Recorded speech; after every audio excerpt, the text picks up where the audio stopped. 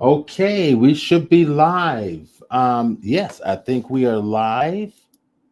Check. Okay. Yep, that sounds good. Sounds good. Hey, David, I'm going to put in the invite link for StreamYard. I'll just type in here to join in live.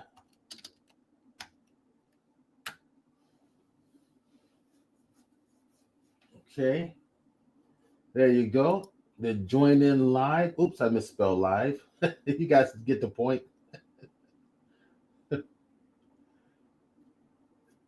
Got bumbling fingers on my keyboard here. All right, David, you can come and join in when you can. Let's see who's coming in. Hello, hello, hello. I'm gonna retype that. Join in live, spelled correctly.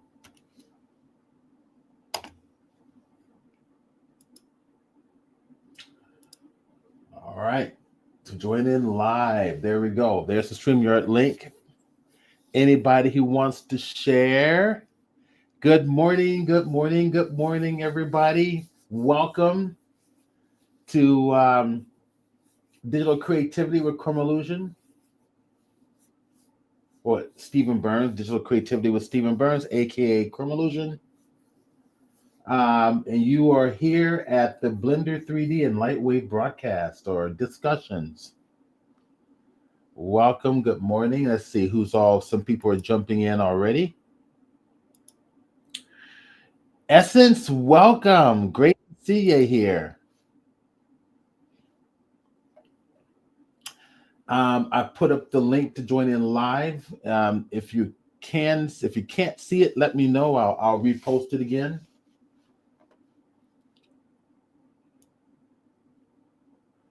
I think those who are just coming in will only see the link when they come in. They don't see some of the past stuff. So I'll post it again for everyone's convenience. Okay, David is here. David, I'm adding you to the stage so I everyone can hear you now. Where's your camera? It's not working. God, stubborn. I got to get it working by July because that's when I have my Just video appointment with one of my doctors. dude, all you gotta do is say, oh, I'm gonna do this right now, just because you're being so stubborn. I'm gonna share my screen. I'm gonna go share my screen. Look at what I'm gonna show you what you could have. See, where am I? I want that one there. Share that one there, I think it is. All right, so you could have constant contact. Let me put that over here. It's just so simple. Don't make it so complicated. I got mine. Actually, I've got several of them. I got a bunch of them actually because I've accumulated these damn things over the years. The one that I like is the one that I have actually has a ring light on it. That's Let's cool. see, and it's really, let's see, it's a webcam for PC. Yeah. The one that I have, now this one's got a light on it too. See, this has got a ring light also. I Mm-hmm. think that's a ring light. It looks like a ring light across it, but the one I've got, these are good. They're $24. I mean, you don't need the $200 one. $59 is nice, but let's see. Mine was like 79, I think it was, but Yeah. it had a ring light on. I'm looking for it real quick. These Well, are the only problem I have with the camera right now is I need a mount for it, and you, remember this was designed to work inside my 3D printer. look. No, no, no. Look at this. This one has a mount. Uh huh. I mean, all the cameras that I ever bought all come with mounts. Um, Well, I didn't buy this. I bought this as a circuit board. yeah, I know. But the one that you've got, it's not going to work. But all the Logitech is a good one. This one here, I just I've have to used for. 3D print it. uh, I just have to 3D print it. Oh no, just buy it. 50. This has come down. This used to be $100. I paid Yeah. $100 for that model, and it's super clean and crisp. It's Huh. super clean and crisp. It's Will it the work within my it, printer? Yeah. No, any camera works within your printer. I would just say buy two of them. This one will fit on your monitor. It snaps to your Uh-huh. monitor, and then when this folds up to the bottom here, let me click on it. That's your camera mount, Uh-huh. right? That's your camera. This thing on the bottom is your camera mount. So on the other side is the camera connector. Mhm. I know because I've got one. I know there's this There it one is, guy right out there. there. That one goes there on your monitor, and then when you're, let's see if we got more pictures of it here. Yeah, but on the bottom is a camera mount. You can put it on a tripod or whatever you want. Yeah. I know that there's this guy out there in who is part of the DIY community, and Right, he built a camera that hangs over his monitor, so right. you can stare directly at the you stare at the monitor, he's staring directly at the audience, Yeah, which I thought was exactly. kind of cool. Yeah, You so know, mine, I have to put mine inside of my Happy Little Trees cup. yeah. Because I got I got You can a Don Ross. What do they call him? What was the artist's name? Don Ross, I know what you're talking about. Yeah, the painter. the painter, Bob the Ross. Happy Trip. Bob Ross. Yeah, Bob Ross was the Happy Trees guy, Yeah. and Well, you can if somebody made a mug called Happy Little Trees, and that's where my camera rests when I go to go to work on that. right. Okay. So let's see. Let me go through here. So yeah, I'm gonna go back real quick. But I'll probably get a regular camera. Yeah, Yeah, it's $58 for that one. That I mean, like I said, it's I paid $100 like several years ago for that same model. Oh, And I've it's seen them as cheap as $10. yeah, I mean, but it's super crisp and clear. It's one of I've tested a lot of them, and that Logitech was one of the cleanest, crispest shots. Now the one I've got, and I have it because one of my students, I was in the classroom, and one of my students turned me on to this. Here we go. This is $69. It's got a ring light on it. Hmm. So if you want light on you, you can vary the intensity. Yeah. Yeah, $6.69, then $10 more, you can get a ring light on it, and you can get it. Well, for me, it's overnight shipping. So, Yeah. USB, plug it in, be done with it. It works, and it's more professional. Yeah. So I here, got Amazon, so you got Amazon. Cool. yeah. Okay, I'm gonna put this. I'm gonna put this link into the chat box so you got it. There's no excuses. And anybody else who wants to order something like that can as well. I did the one. No, all you had to do is get Amazon to sponsor you, and you'd be set. Amazon going to sponsor nobody. They don't need. Amazon doesn't need to sponsor. They got the whole world to promote them. Let's see, here we go. This is the one I've got. It's the exact same one. The Razer, good name brand too. So the Razer is a company that makes all the gaming mice and the keyboards. That's Mhm. what I've got. So I'm going to copy. I got a headset that's a Razer headset. Yeah, well, this is a good camera. $45. I spent almost $100 on this. Jeez Louise, they've come down. Yeah. You know who Razer now owns? No. They now own the outfit that George Lucas once owned, THX. Oh, All really? the speakers, all the speaker company. Okay. They bought them out. Okay. So now they own. So now Razer owns THX. Right. They license that. Right. Because when you do these, I guess going back to the camera, when you do these podcasts, it's nice when everybody can actually see your face. They think, oh, that's the guy that's been talking to me all this time.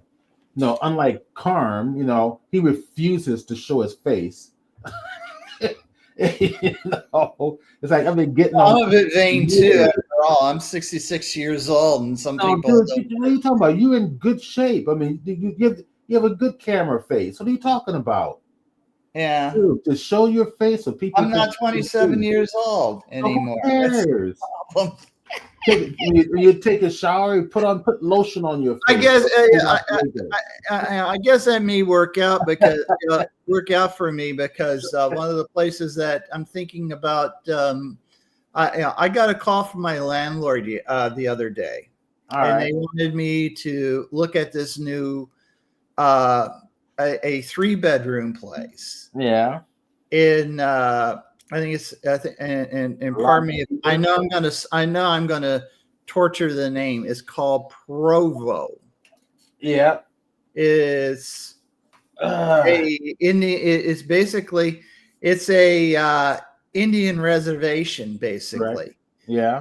But anyway, they got a complex over there. That, I went to them. I said, "Well, I don't need 3 bedrooms. I just need one." And they said, "Oh, we got a 1 bedroom." And I went out there, and it's right at the campus. It's Huh. literally campus campus housing, or at least that's what they opened it up for. And what are they asking a month for it? I think it's going to cost me about 1,800. Okay. So, A bit on the high side. Well, But that's Dallas. I mean, that's Seattle, you know. Well, we'll talk about it later. So I want to get into the broadcast right now. We're getting sidetracked. Yeah, I decided to bring that up because I may have to take a break to go deal with this. But anyway. So, all right, cool. So I figured, I don't know, I didn't know what to do today. I figured maybe we'll do a build a flying sub or something in Blender. But yeah, I'm gonna share your screen. You know, let's share your screen real quick. Yeah, because I've been sending you a whole bunch of stuff that I had on this thing because I wasn't prepared then, and I'm prepared now.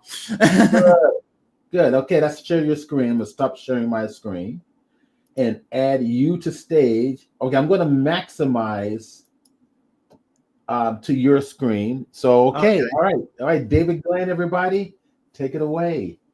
Okay, remember last week that I had this thing with the balls that I was able to manage put in the pit, but I couldn't remember what the heck to do afterwards. And now I know what to do. In fact, I can do the complete demo. I have a demo prepared, and I can and do that for you. And the first thing, of course, what I do is you get a set of you get a box to kind of go over. You go box. You have your balls. You set up your balls. I made the box by putting down a plane, and then I went into edit mode for this, and let's see if I can click it. Oh, I'll just do this. And you might want to again, kind of explain a little bit more in detail for those who may not have been here last week. That's what I'm trying because to do. I think we got a couple of new people here. Curtis Rose, welcome. David Glenn is here. Essence, welcome. Mac Nonsense, welcome as usual. And I think a couple of new people. Racy Tag, great to have you here. Welcome to the Blender 3D as well as LightWave discussions, mostly Blender stuff here. And then also welcome to the Two Effects. Welcome to our group. We do this every week, literally every week. So every Saturdays, 10 a.m. to 1 p.m., we do this Blender broadcast. So welcome. I'm going to put a link in the chat box for those who are not on our mailing list that allow you to join the Blender mailing list, so that every week you're reminded that we're having a meeting on Saturday. Okay, I apologize, David. Go ahead, take it away. No, that's all right. But anyway, I got this plane. Do you want me to rebuild the box? Yeah, it might be a good idea just for those who. I would say start a tutorial from scratch, so at least we got a complete good tutorial recorded. Are you sure? It's going to take. Because Okay. we have new people here. Okay, we're going to start this from scratch then. Give me a second here. And we have new people, and in that way, they've got an actual video to go to that's complete and organized. Okay. We got our default cube. Delete the cube. We don't need it. Go over to Z. Go over to our bar here. Let's go. And let's see. We need a mesh. We need a plane. And while I'm at it, I'm going to go in here and I'm going to set the plane. The plane.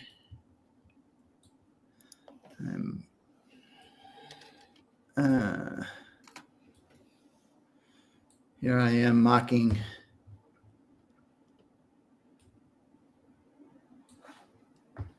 Okay. I got my plane here. I'm going to go into edit mode on the plane. I'm going to cheat and go over here to extrude and extrude on the plane. I have about high. I'm going to go here, select this, and I'm going to go right click, dissolve faces. I think it's delete faces. Pardon me. Delete faces. So we're set. So we got our box. We could go ahead at our box and go to our dynamics here, and I'm going to add a rigid body dynamic, and I'm going to make this passive, and I'm going to make this a mesh. And our box is set and ready to go. We don't have to do with the box from this point forward, unless we want to resize it. Keep that option open. The next thing we're going to do, oh, come on, cooperate with me, is I'm going to go and add another object, and my object is going to be not an isosphere, which a lot of people make a mistake of using isosphere. You just need a UV sphere. You need it for two reasons. First of all, it's already ready for use in UV stuff, which is what we're going, in essence, what we're doing here. And of course, it's huge, and we don't need it to be that big. Let's make it, let's see, let's make it, is there a way I could just type 10 mm and it will work? I guess so. No, I think it went microscopic on me. Let me shut my plane off and take a look. Yeah, it went very, very microscopic on me. I'm just going to do a guesstimate here, and let's see. That will work. And while I'm at it, I'm going to go over to here, and I'm going to bring it up to roughly there. It really doesn't matter, but we want it in the air, because what we're going to end up doing is dropping a whole bunch of these balls into this box. They're going to scatter around, kind of find their natural little space and thing in life. And then we're going to freeze that position, that transformation. And we're going to start by, we'll leave it here. And while we're at it, we're going to go over to rigid body. And I want to make this active. And I want to use a sphere for collisions. Just so we got the box. We got the box here, which is a mesh, and a sphere. And I'll tell you one of the most common problems I see people do when it comes to dropping a ball into a box.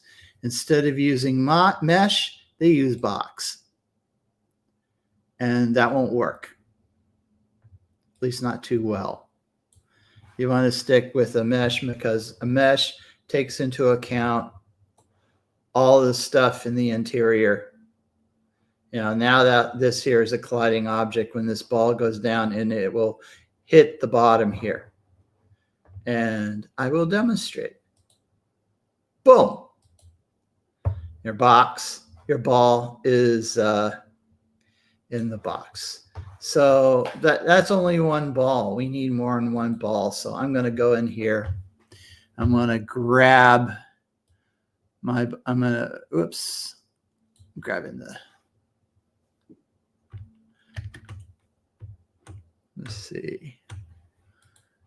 I'm going to grab my sphere and I'm going to bring it over to here.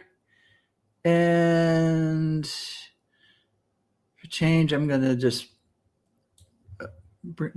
have it there and leave it that position. I'm going to multiply this sphere many, many times. And I'm going to try to do it the most efficient way I know how. There's probably a better way to do this, and please tell me if there is. But I'm going to do a Control D. I'm going to go Control D, and I'm going to restrict it to Y.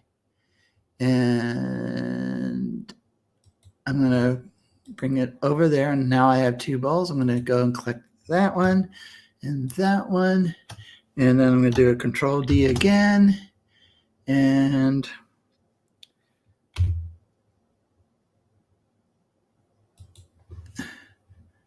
do that.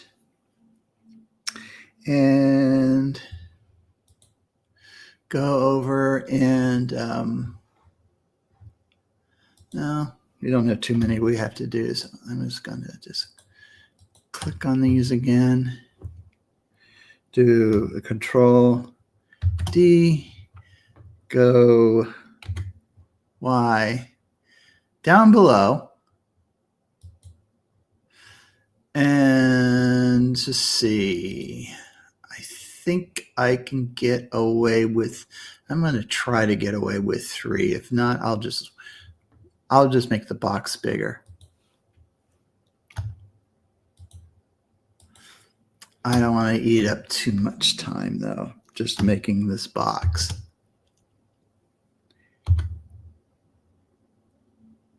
Yeah, it looks like I'm going to end up making the box just a little bigger.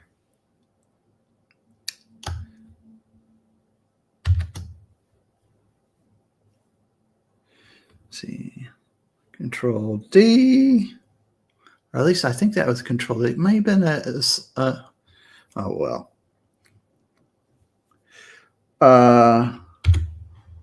Go down.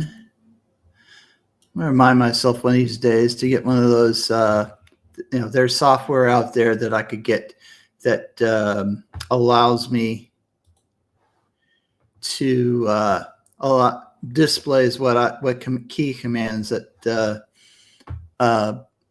I press in Blender. And if I'm going to do this for very long, I'm going to have to get one of those. Let's make it, we can make it about that big. And then I'm going to go over here and collect all my spheres. And I'm going to go and hit move. And I'm just going to move that up like so. And when I have it selected, I'm going to do it it was a space C. And this time I'm going to go X and bring it up here. And I'm going to take that box away. I don't really need it. It'll just make it easier for me to just go grab Shift D, X over Shift D, X over Shift D, X over. I think I can get away with it one more time. Control D, X, and over. I'm going to go over and grab all of these. And I'm going to do a Control D, X, and bring it over here. And that should fill our box. In fact, we'll bring the box back. Yeah, it would be about right. Now I could go over and select, and I'll wait till I get finished making our spheres here. But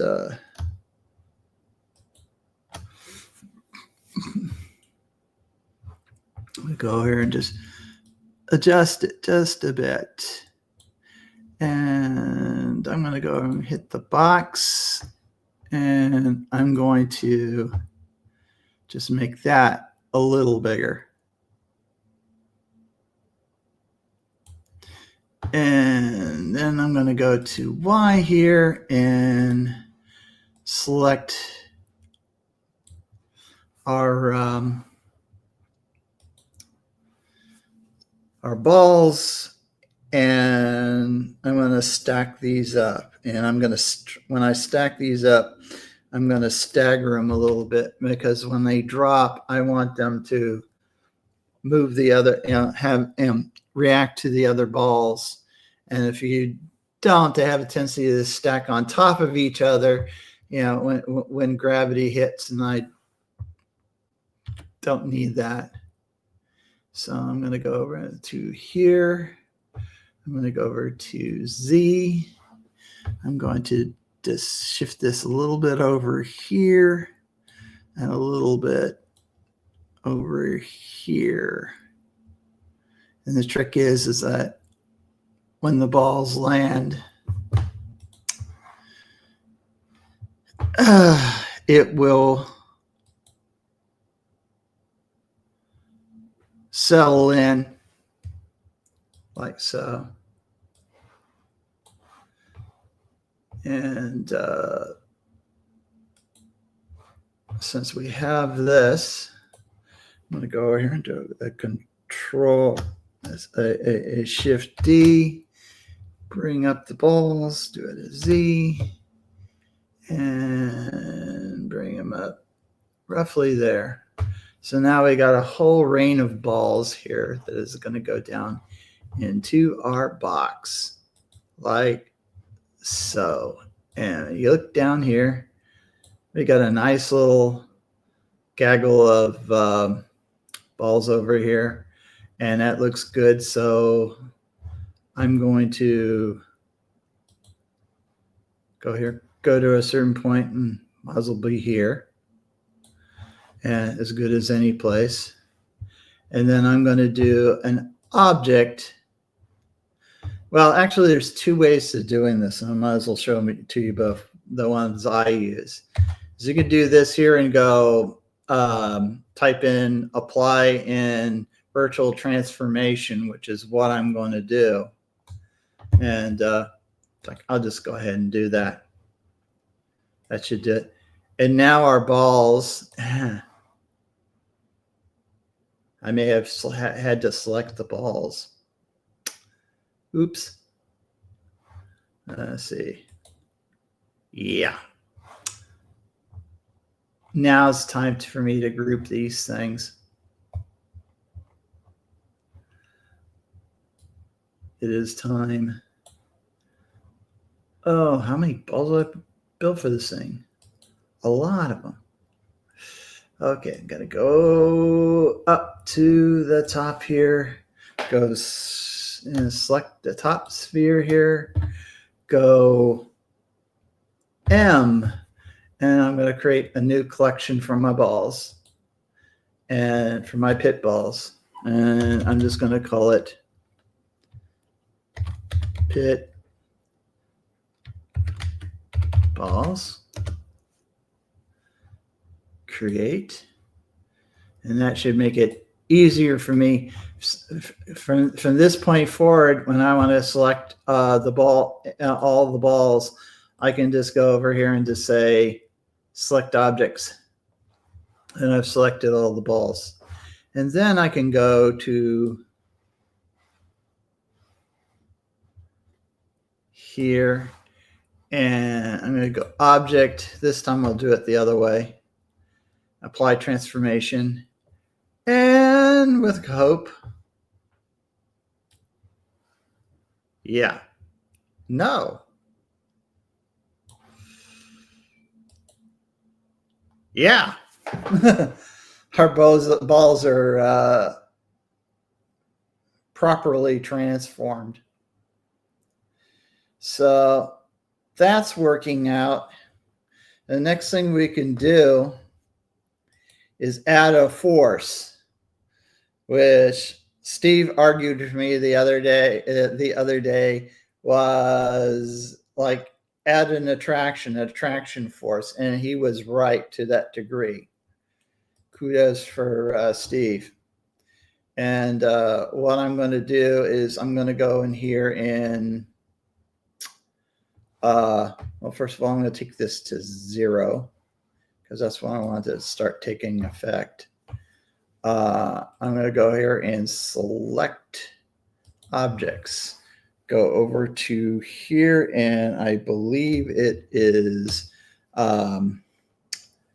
space A, which is something you'll learn to use a lot in Blender. And I'm going to go down to force field, and I'm going to add turbulence. And let's see, this is probably about, I'm going to give it a radius of about 2 meters. Yeah, for now. That should be cool. And then I'm going to go down here to the physics tab here, and you'll notice that I have 3 variables that I have deep interest in right now. One of them is strength, which is the strength of the force that I'm going to apply to these balls. The other is the size, the size, and the third is the flow and how the balls move around. I'm going to make sure this thing works and show you an example and give you I'm going to go and set this to say this much amount, and we're going to see the balls fly like so. And you can see that we're applying an extraordinary amount of force to our balls here, which we don't need to do. Also, I'm going to go down here. I'm going to set the set the size to roughly 300.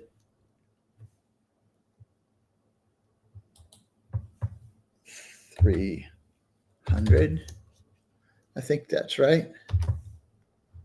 And set the flow to roughly 3.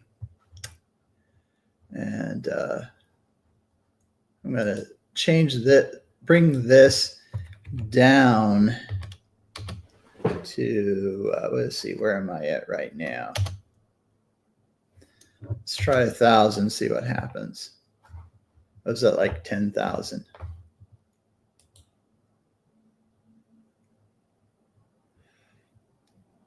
I'm highly suspicious of that.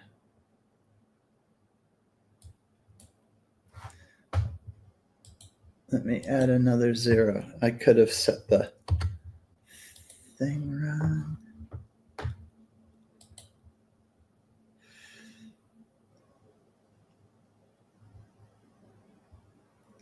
Huh. Could it be this time around? Oh, okay.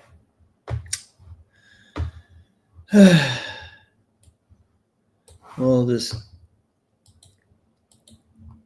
set the tolerance for this at roughly, I'll go about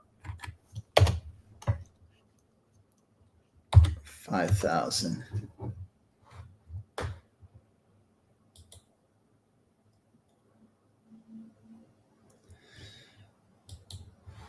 And let's see if I do set this 3 and go to 5,000. Maybe it has to do with the force.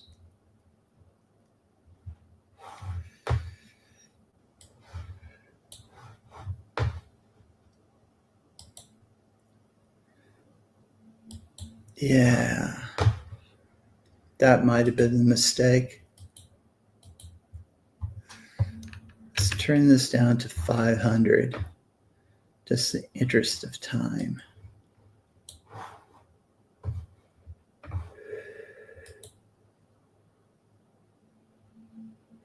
Well, that's pretty cool, but still a little much. I'm going to set this to, let's see, try 400.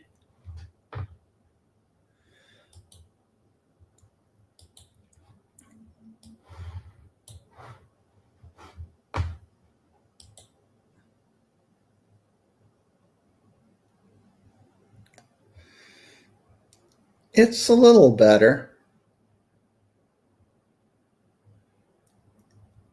Yeah, I think to that for this exercise, I think 400 will do. We're only going to use part of it because one of the things that we're going to do is, well, the first thing we got to do is we got to get turbulence out of pit balls because we're going to make this, and we're going to animate the turbulence in this. We're going to keep the turbulence going from here over to here at a full strength of 400. Then we're going to take it down to 0 to roughly about here. Then we're going to pick a spot out here in space where all the balls kind of settle down and remain static somewhere about here. And so one of the first things I got to do is I got to go to my turbulence here. And I think I can click on this, hit M, and I'm going to take this over to collection. And there's our turbulence. And we can click over here. But basically what we're going to do is we're going to use this little spot here, which is our little animation property setting.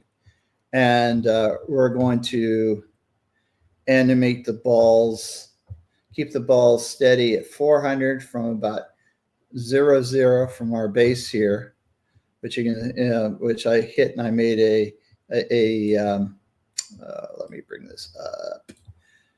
As you can see, I made a keyframe, and then I'm going to carry this up to, I'm going to try this. Well, we'll try 80. This may or may not work, but that's the whole point. I'm going to go ahead and hit this again. And then I'm going to go over from here to 100. And I'm going to go over to here. I'm going to set this to 0, so there's no force on it. and I'm going to hit for keyframe. So now when I go through this,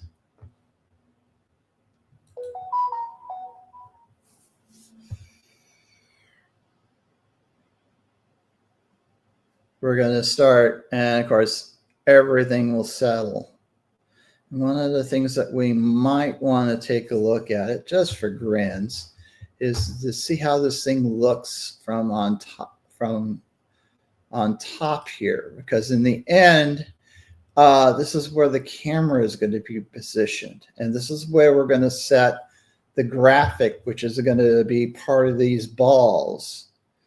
They're going to assemble right around here. And we'll get onto that. That would be this, we got one more step to perform though, is we got to decide, okay, where is things going to settle? And you kind of have to do this by eye. And you want to do is you want to wait till everything pretty much sets. And I think I'm happy around, say around, I think I'm going to do 220. And I'm going to keep that in mind, because the next thing I'm going to do to all this, I'm going to hit the turbulence node here, because this will affect the turbulence node and nothing else, is I'm going to go over to Object, Rigid Body, and I'm going to go try to hit bake. Why aren't you moving?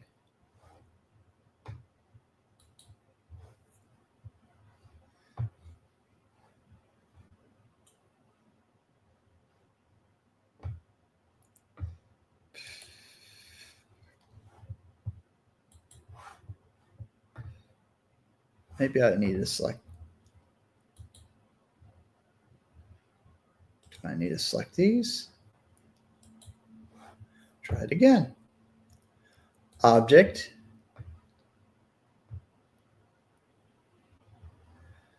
Rigid body. Interesting. It's not working. What are you trying to do?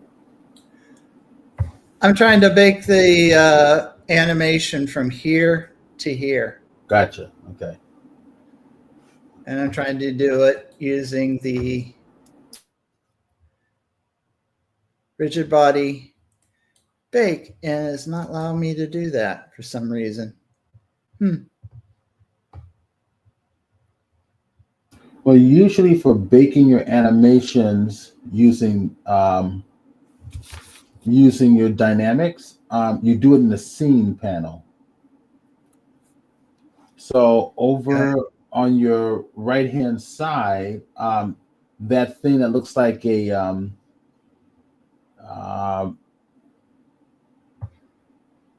not a cylinder, but what do you call that darn thing? I'm forgetting what it's called. That looks like a cone. It's a symbol. It's like a cone, and then also a sphere. It's right below the photograph. So if you go to your right hand side, and there, that one there, click there. That's your scene. Then look for your in your scene. Look for your rigid body world. Rigid body world, and then look and scroll down to find your baking options. I know your caching and baking options are in there.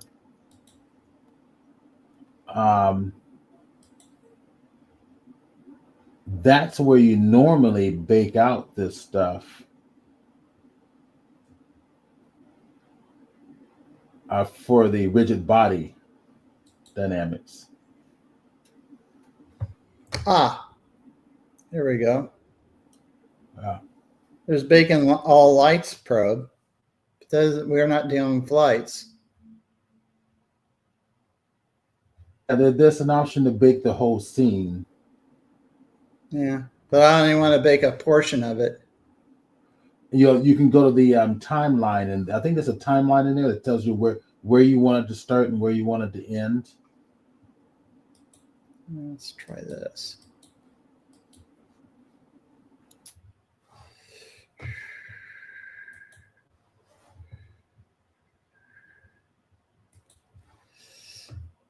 This is one of those things that I've done umpteen trillion times before between.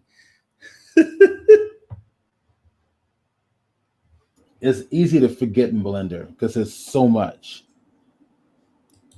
Yeah. I've done that before. Mm-hmm.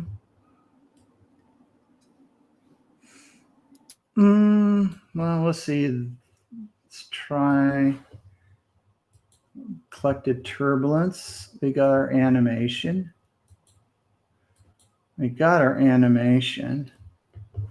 Let's try that.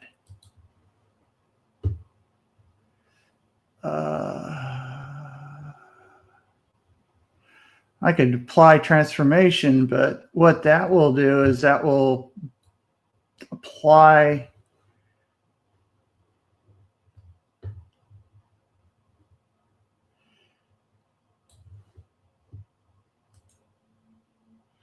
select action.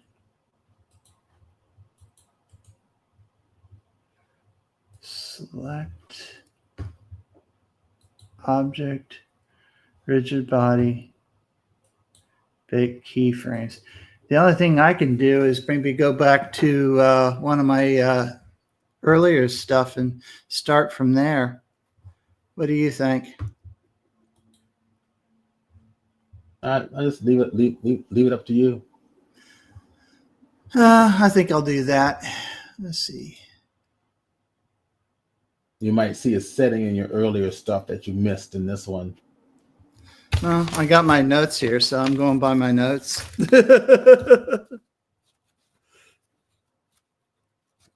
Let's see what my notes say. Select over, hit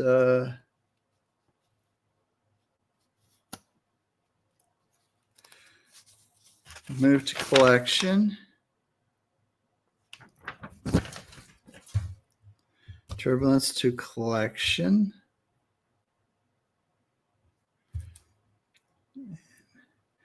Go to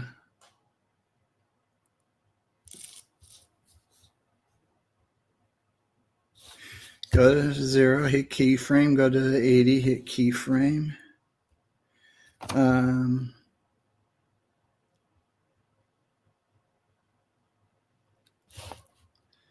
Point of selling, PMS.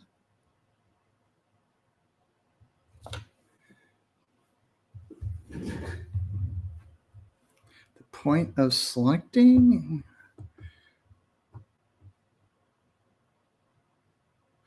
Oh, that's what I did wrong. Sorry. I'm supposed to select one ball and go in here. And the first thing I was supposed to do, I'm sorry, it's good that I keep good notes. Just the ideal thing to me to do is to unselect, is to make the tray disappear because I don't want to accidentally select a tray. But yeah, you're right. I did forget a step. I'm supposed to go down here and select type mesh, and that selects all the mesh. And then what I'm supposed to do, object, rigid body, and bake keyframes. It's highlighted. Yay. So this is why I like to keep my notes. And let's see. I think we decided that 220 was the proper place to close to bake to the point we want to bake. The reason why we want to bake this is we want to carry the action to a certain point, and at a point beyond, and from any point beyond that, we want the balls to remain still. And that will be very important when we go to the UV process, because basically I want to I want to set the balls that I have. I want to do everything in when it's in a settled state, and at frame 2020, say 2020 and beyond. And when the thing goes back to 0, where everything is all stirred up, the UV will be all mixed up. You'll see when I get to it. But anyway, the first thing I got to do is I got to bake the next thing I got to do is bake the keyframe. When I do this, the program will crank in the background for a while, and there's no progress bar on this. So it's going to look for a second. You're going to take a look at this, and it said, "Hey, I'm stuck," or the program's stuck, and it hasn't. It's just that there's no progress bar in this, and Blender should fix this. So I pressed it. We're in still mode for a while, but as soon as we're done, you will see.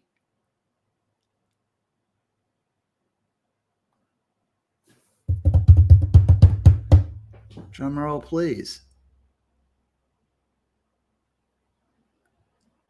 And I know it's working because my computer's slaving away at it.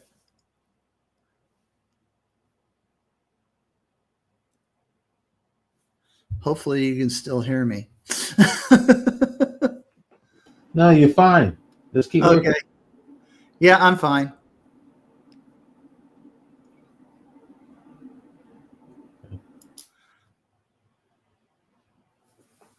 Let's see. There it went. Finally. And you can see we got a keyframe now for every step of how these balls move from here all the way over to here.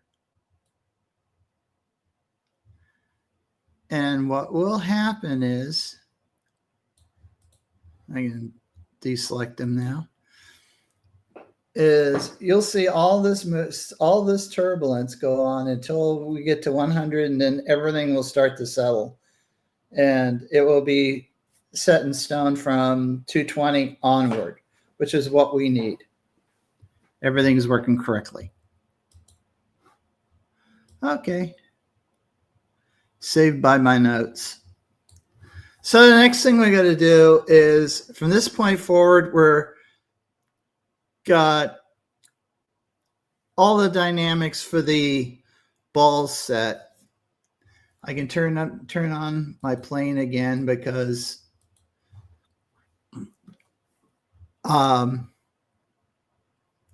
we didn't select it, and hopefully it didn't move, even though it's static. Probably wouldn't matter anyway.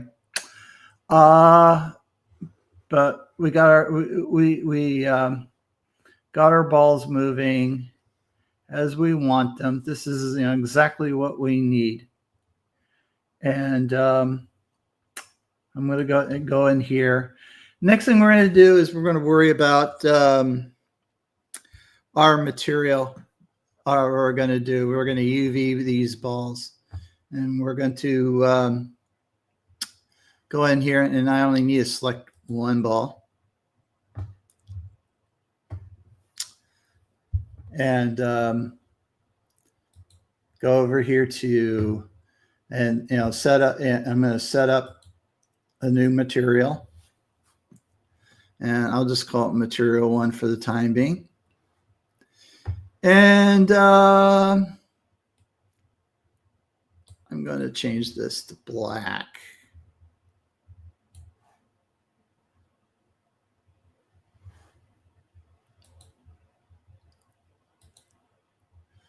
Yeah. Might as well go in here to switch over to the next step over here.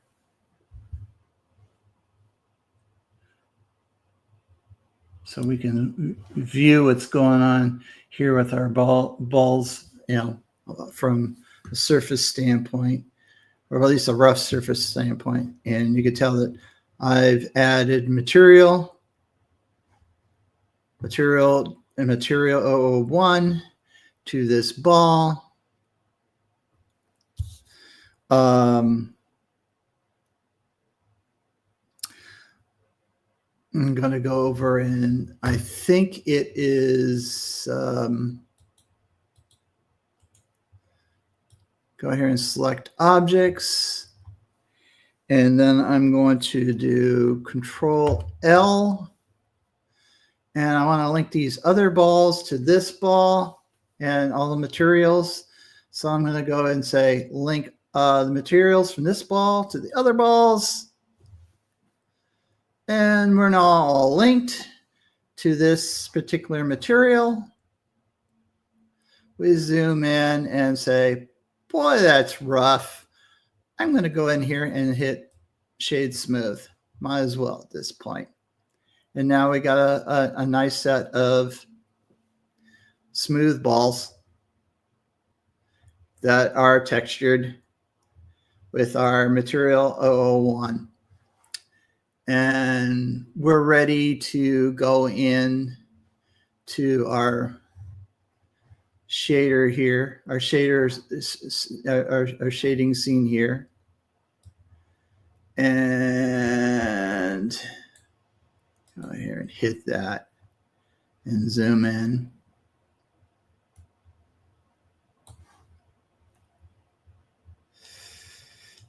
And the next thing is to apply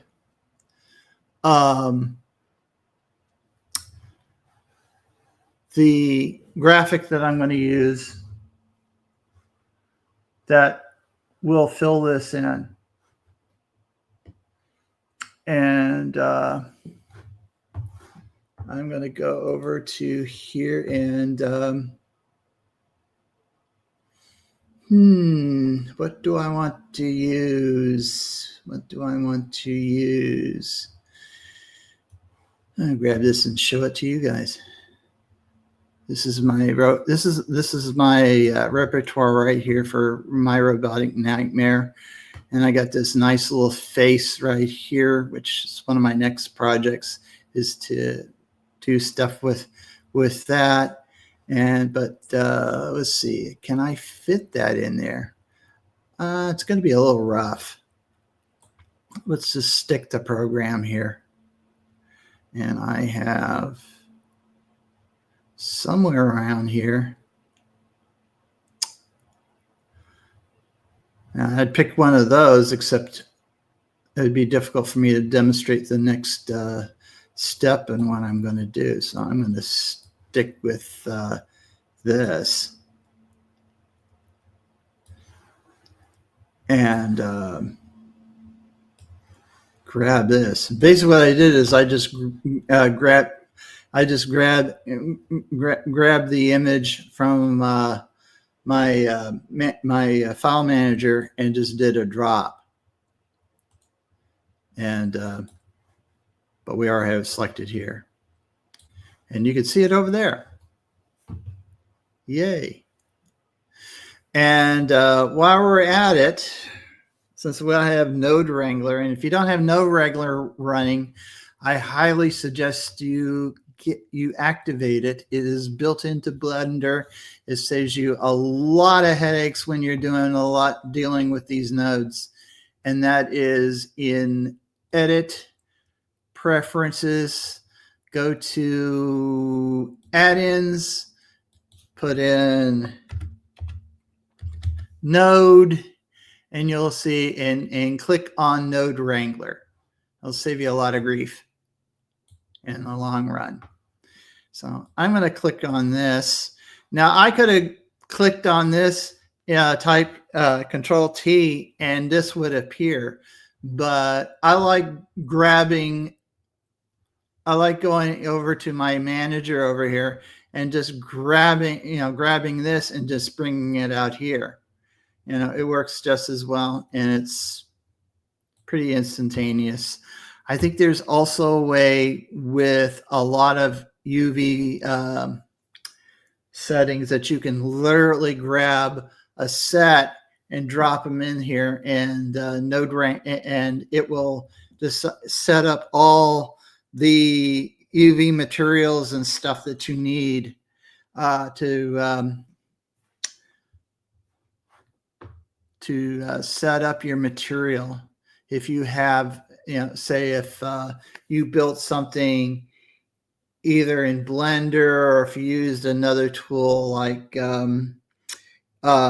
Substance Paint, it will save all the different all the different UV material, UV graphics that it needs to, that you can need to act upon your shader. But I'm going to grab this. We'll do a Control T. And this is one of the key reasons why you have Node Wrangler. Now, I'm very lucky here in that my texture coordinates here are already set on this thing to UV. That's very important because these balls here, they're already UV, they're already UV projected by default. And all I really need to do is to grab the color and put it into the color thing. And you can go into here and you can see I have a whole bunch of these balls already UV'd for me. But as you can tell, this isn't very much, this is cute, but it's not very much fun. We want to make this one big, huge graphic. And that is very easy to do. While I got my ball selected, I'm going to go into, while I'm in mass here, I'm going to go into edit mode. Whoops. I'm going to select my balls here. I'm going to go over to UV. Now you can hit the U key and basically do the same thing. But UV will also work. So it's up to you. I know some of you guys are keyboard wizards and like to use the keyboard because it's fast. And one of the things, but either way it will work. And one of the things you want to choose here is a thing that's called Project from View. And since I got this at basically where the camera, in the same position I want the camera to look at this thing, I can get away from using Project to View, and I come out with one big, huge, humongous graphic taking over this whole area here. And so I can go from layout now to UV editing, and I have my graphic. I have my set of balls here. I'm going to select the balls. I don't have to do anything fancy. Just select them and just move them around and rescale them. Like so. You can go a little bit over.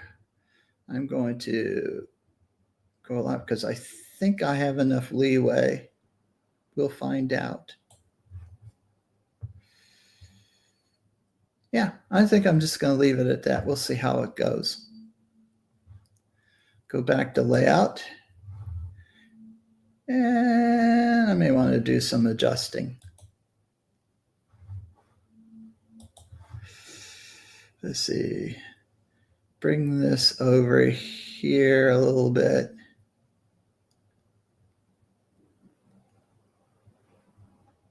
Or maybe over here. Yeah.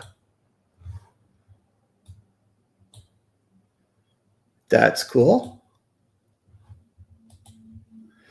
And then bring this down, I think.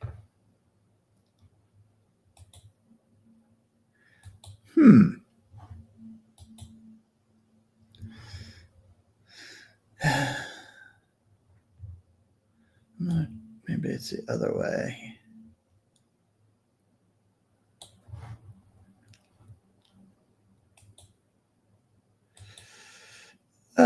Or maybe we'll just have to cheat and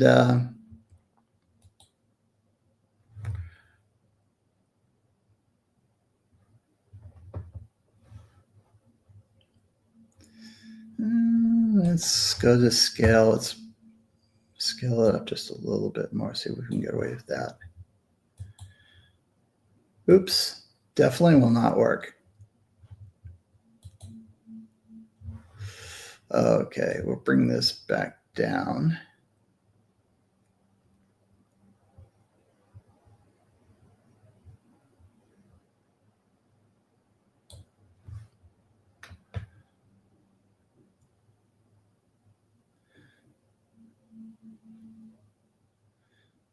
And you know, some people, what they'll do is they'll go over to here and they'll just go, you know, set this, you know, straight to. Well, I think I got. I think I got the.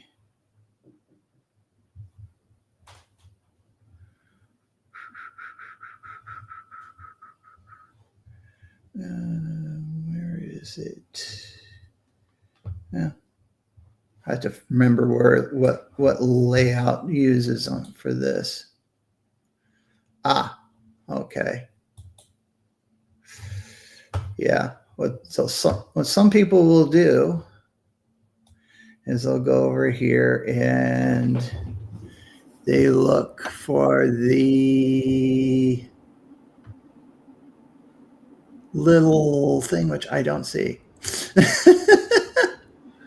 So you got about 7 minutes left. Okay.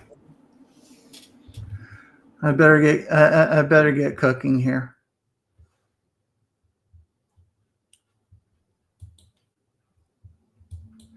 Yeah. Because we're done. And let's see.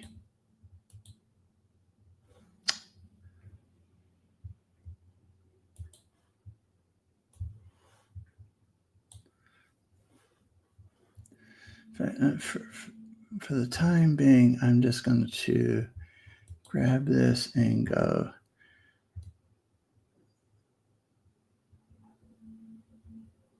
shrink and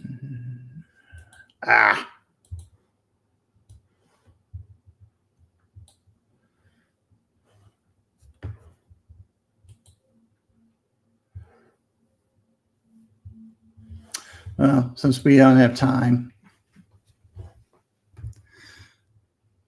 But you get the idea. Now you get 6 minutes left, so go ahead and finish it up. Okay. So basically what you got. Okay.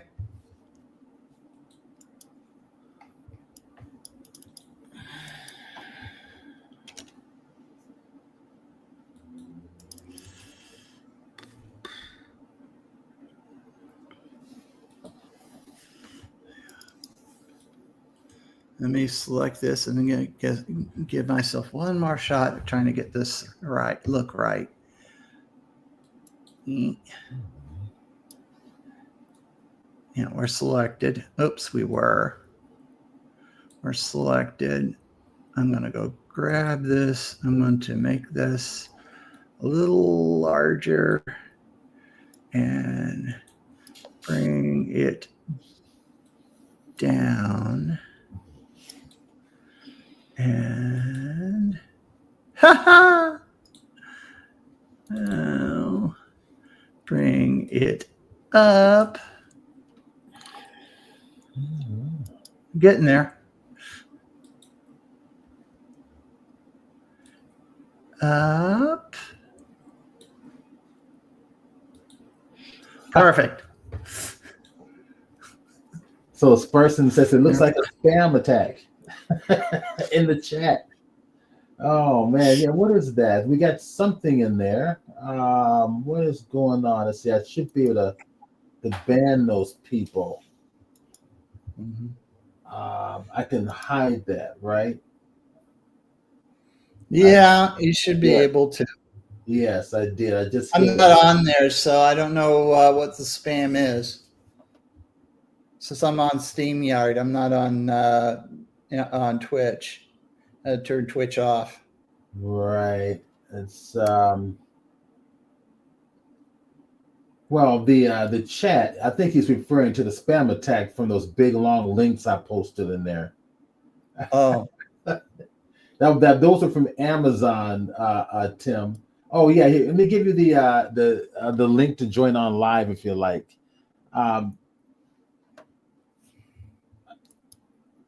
So anyway, when you go to animate this is what you get.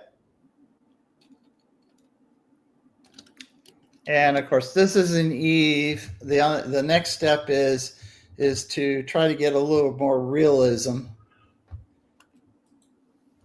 And to do that, I got to aim the projector. Aim the lights in a better spot. And I'll try to do that real quick by going spot Y.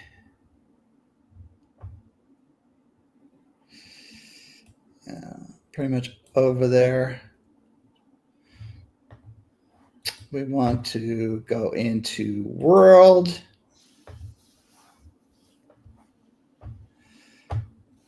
Color.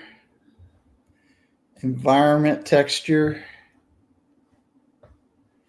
Go back into shading. Object to world. Hit this, and I want to go to pictures. No, I want to go to Windows. Where's my users?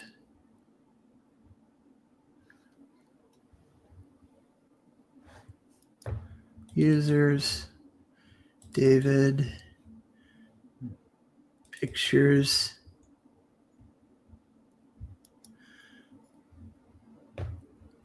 go into project shaders where I got this. So let's set that. And that should set our world.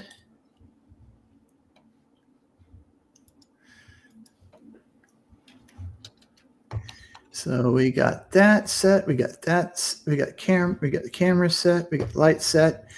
And finally, let's see, we need to aim the camera. Let's go over here, and I want to go to Z and center this. And since I don't have a pad on my keyboard, I have to go View, align view and align camera view, which sets the camera.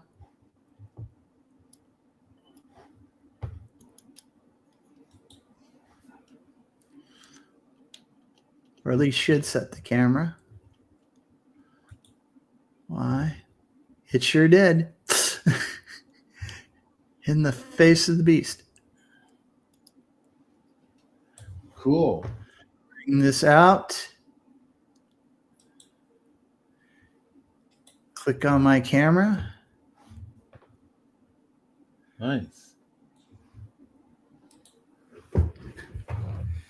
35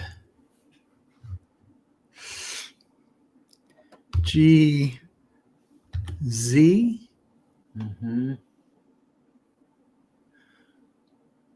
And Position it. position my camera. GZ.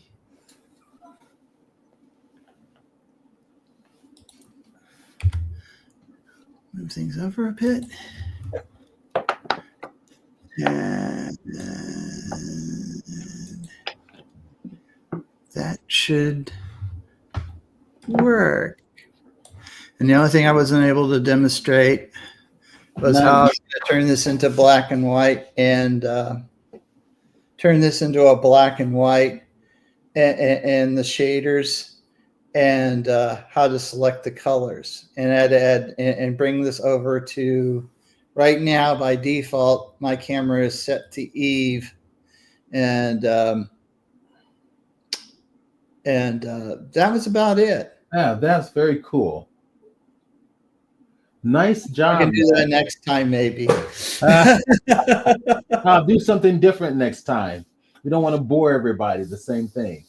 Yeah. That's great. Great job, David. So let's see. I think I was posting the link for anybody who wants to share anything.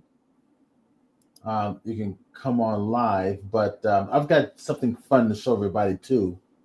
If nobody wants to share, let's do our break. I'm going to stop sharing. I'm going to remove Glenn off his monitor anyway,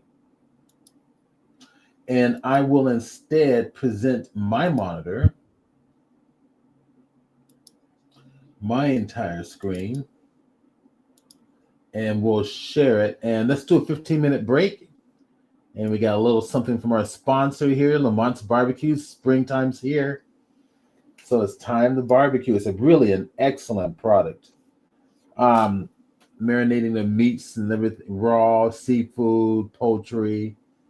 Put it on the grill. Put the sauce on afterwards. It's fantastic.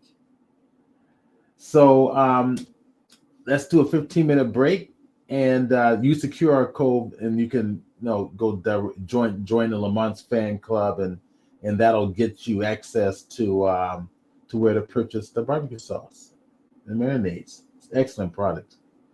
Our official sponsor for our site. Thank you to our sponsor. All right, let's go ahead. I'm going to turn on the timer. Go 15 minutes. I'm going to temporarily mute my microphone, and we'll be right back with something really fun. I figured I didn't know what to do today, so I figured, you know what? I always wanted to model the flying sub from Voyage to the Bottom of the Sea. So I figured we'll do something like that. That sounds cool. Yeah, I figured that might be kind of a fun one to do. We rarely do modeling, so I figured we'll do a modeling exercise. That'd be a great idea. Yeah. So, okay, we'll be back.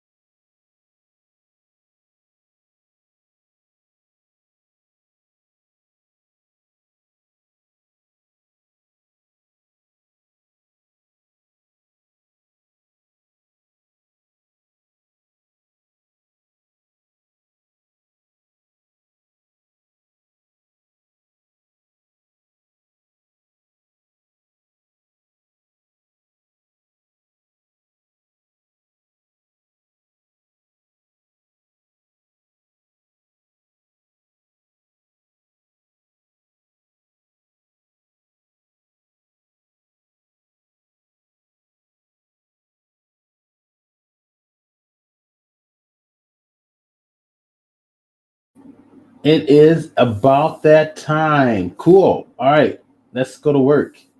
Let me show you what I did here. Everybody's back, right? Everybody's back and here, ready to rock and roll. Let me say hello to everybody who's just joined in. A bunch of people just joined in. Ace Hoffman, once again, good day. Hello, hello, hello. Good to have you here. Curtis Rose is here. David Glenn, of course, is here, our presenter. Essence, welcome. Honey Ray, welcome. Car Storterbecker, welcome. Mac Nonsense, great to see you as usual. Parsons, great to see you. RC Tag, great to see you. Then we got 9 additional others, but I can't see their names, but that's all right. Good afternoon or morning or wherever you're coming from. Good to see you, have you here. All right, this is our weekly Blender 3D podcast. We also include LightWave with it, and I figured wasn't quite sure what to do today, but I figured I'll do something kind of fun. All right, I'm going to let me show you my Adobe Bridge imagery. I said we'll do the flying sub from Voyage to the Bottom of the Sea. It's really cool stuff. So I did a lot of research, got a bunch of different pictures. I see these are some interior shots, and this is from another model, which you can see from here. This is actually from the show. Let's see if I have any others in here. Let's go and go back real quick. Let's see, what is this here? This is the Mobius kits, images from that. Let me go back to the main page here. We got that nice little painted view. There's some other examples. Just trying to get every view I can of the flying sub. Nice little interior layout. And I just scoured the internet to find out in Google to see what was out there. Of course, it's a nuclear powered flying sub. Let's go over to the next one. Here's a nice view of the model. I think this is I don't know if that's another model kit or the Mobius model. I've got the Mobius model kit. It's a big kit. It's a big ship. It's pretty long. I think this may have come from one of the kits. A diagram. I utilized this for the front, side, and top view. These particular drawings, and here's some other examples. Now this is from the original kit that I bought when I was a little kid. So when I was a little kid, the original model kit, that was it. And I know that because of the way this slender section fits in. It fit right on top. And of course, the front is painted black. Yeah. Now the newer kit is a lot more accurate to the show, and it's like 2 times bigger than this, maybe 2.5 times bigger than that. Here is something for the show. And I like to use the show reference as much as possible. Some interior shots. I don't know. Maybe I'll decide to do a 3D model of it. But no, for now, I figured this would be a fun little exercise. Some more. Well, this is not really a show shot. It's like somebody took the model and put it into a diorama. And that might be a film clip from the show. Always love this design. Now, you guys have heard, right, that they're coming back with 3 of the Irwin Allen series. They're going to come back and redo The Voyage to the Bottom of the Sea, Land of the Giants, and The Time Tunnel. Now, that's what I read online. So hopefully that'll happen. So these are all clips from the show. So this is all the film clips from the show. Well, Land of the Giants should be interesting. I'll tell you. The problem I have with them redoing everything is they like to screw things up so bad. Well, I everybody's mean, running out of ideas. I think that's what the real problem is. well, a problem is that if they, I mean, remember the new version of Voyage to the Bottom of the Sea back in the early 2000s, was it, or was it the 90s? I can't remember. It I was can't remember. it was Sequest, right?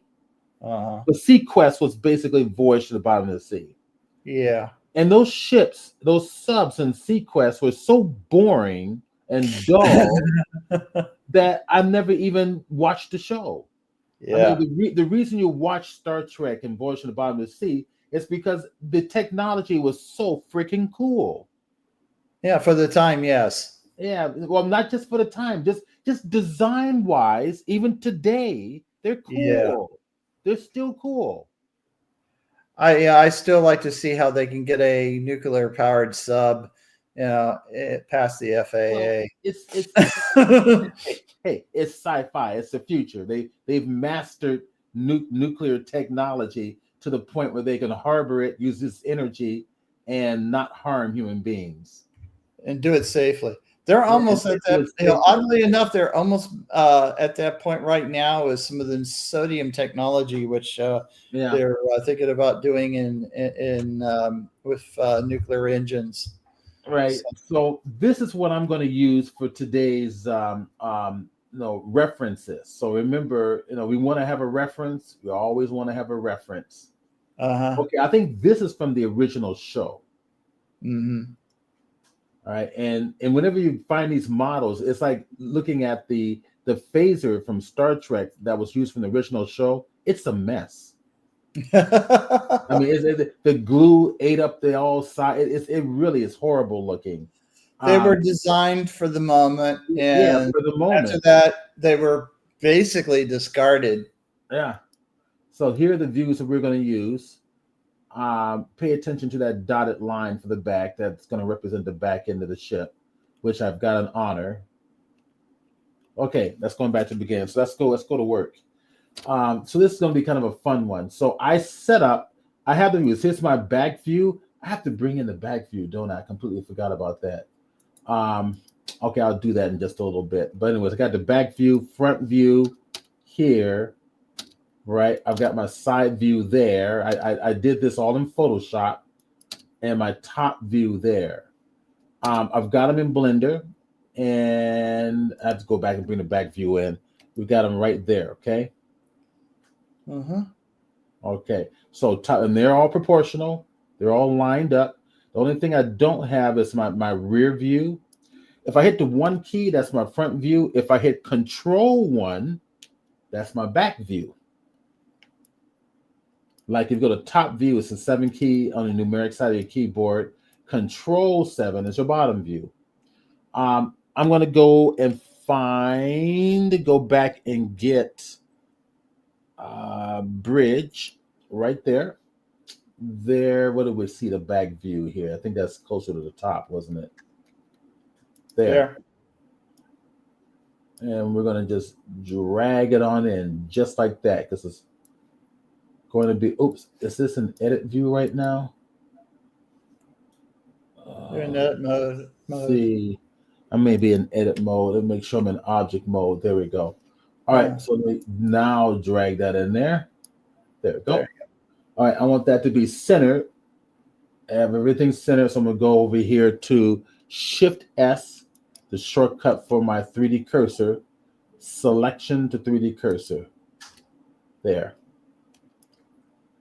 All right. So when I did that, I'm going to go back to Control 1 again. When I did that, I've got to come over here to my photographic data, my image data, go to the opacity. I'm going to bring it down to 0.5. And then also view in perspective mode so that when I roll out into perspective, it stays right there. All right, I'm going to pull this on back out like that, like a box. There she is.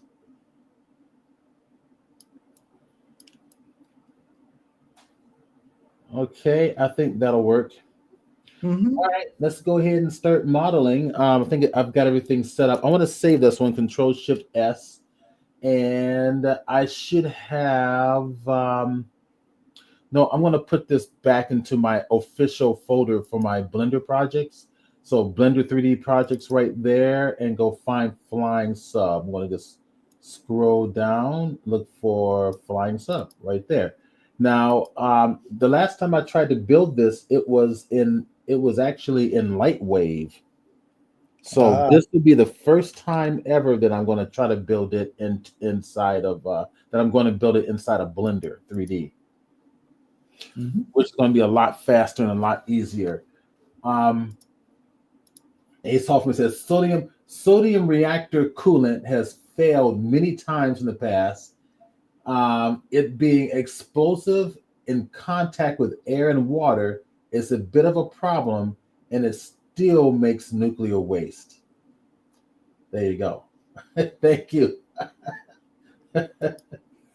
um, okay, cool. Let's go back to work. All right, let's bring in the cube. Everybody else deletes the cube, but for this, we will need the cube. Shift A, mesh. Go to our cube. There she goes. Start with the side view first. So hit the 3 key on the keyboard. And remember, no detail, no detail, no detail. This ship is symmetrical as hell. Therefore, we're only going to do half. We don't want to work hard. All right. We want to work smart. We want to work smart. So getting close, I'm going to hit the N key to get that panel out of the way so you can see that. When I look at this shape, and I look at it from the top as well, you can see if we break it down to simple shape, I've got this square right in the middle, right across here. So basically, let me go to my what do Yeah. you call that? The Trees. annotation tool. So basically, right in here, right in there, right in there, right in there, is basically a square shape. If I pull this on up to the side view, come on, side view. All right, so this whole area right in here, across and straight on down is what we want to pay attention to. All right, that whole area right in there. That's what we want to pay attention to. And we want to pay attention to half that. If I go to my front view here,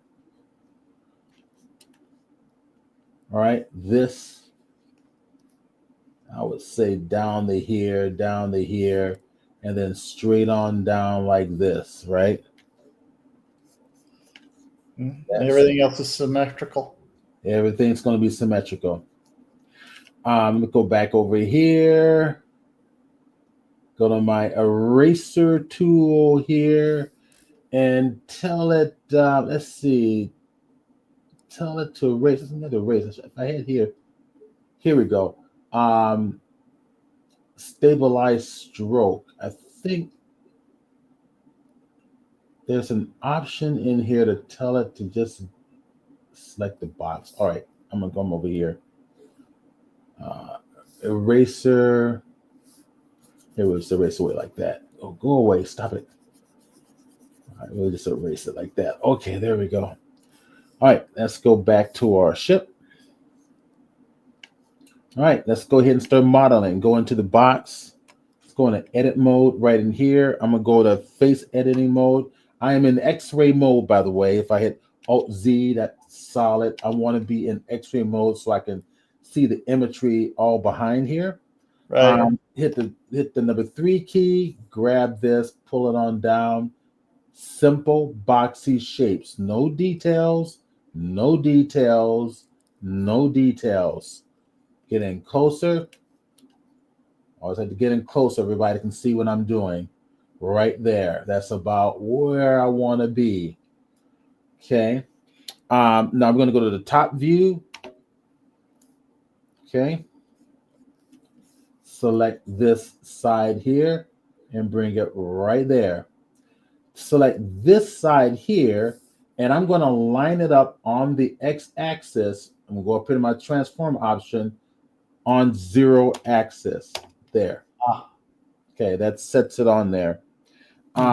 Period key in the keyboard, zoom in close to my selected object. X key and delete those faces. I don't need them at all. Right. Okay. So now let's go to work. Let's start using our imagination. We've got half our ship. That's all we're going to do. And we need to honor this shape. No details. So let's kind of go to work. I'm going to go to the side first. Take a look at this. And I'm thinking, all right, remember this dotted line I told everybody to pay attention to commit to memory? That's going to be the back of the ship. So if I go just to remind ourselves, let's bring this on over. Let's see if I can find, that's this area here. That's this area back here. But also, let's see if I got a 3/4 view here somewhere. From the rear, kind of. That's interesting. When I was looking for the design on the ship, all the shots were from the front 3/4 top, nothing from the back. Nothing. I couldn't find anything from the back. Maybe this one here might work.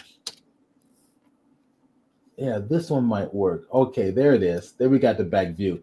This section here lifts up. It comes straight back, for lack of a better description. There we go. You can see that that's the dotted line. So the wings come down, but this comes straight back. So if we use our imagination, this is just a tapered box. It's boxy from this point to here, and then it starts to taper down back in here. And of course, we have to honor all of that. So we're going to use just super simple shapes. And we can see the wings back here, how they extend out a little bit. And the back lips on top of the rear door hatch, they extend out a little bit as well beyond that hatch. And of course, this is the old model kit. That's not accurate because if you look at the show, it has a whole different type of a hatch up here. So I think we'll model. I think we're gonna model it based on the actual show. Mm-hmm. We're gonna do the actual show, kind of actual bridge. Okay, I'm gonna minimize bridge real quick. Now that we have that insight in us, we take a look at this. There's my dotted line. It ends a little bit over than what I have. So 3 key for the face view. Grab that and come on, grab that. I'm being too quick here. Zoom in close and just kind of go right about there. Okay, do this right from the start. Then when I taper this in, I want the point to be located where the apex of the curve is. Remember, simple shapes.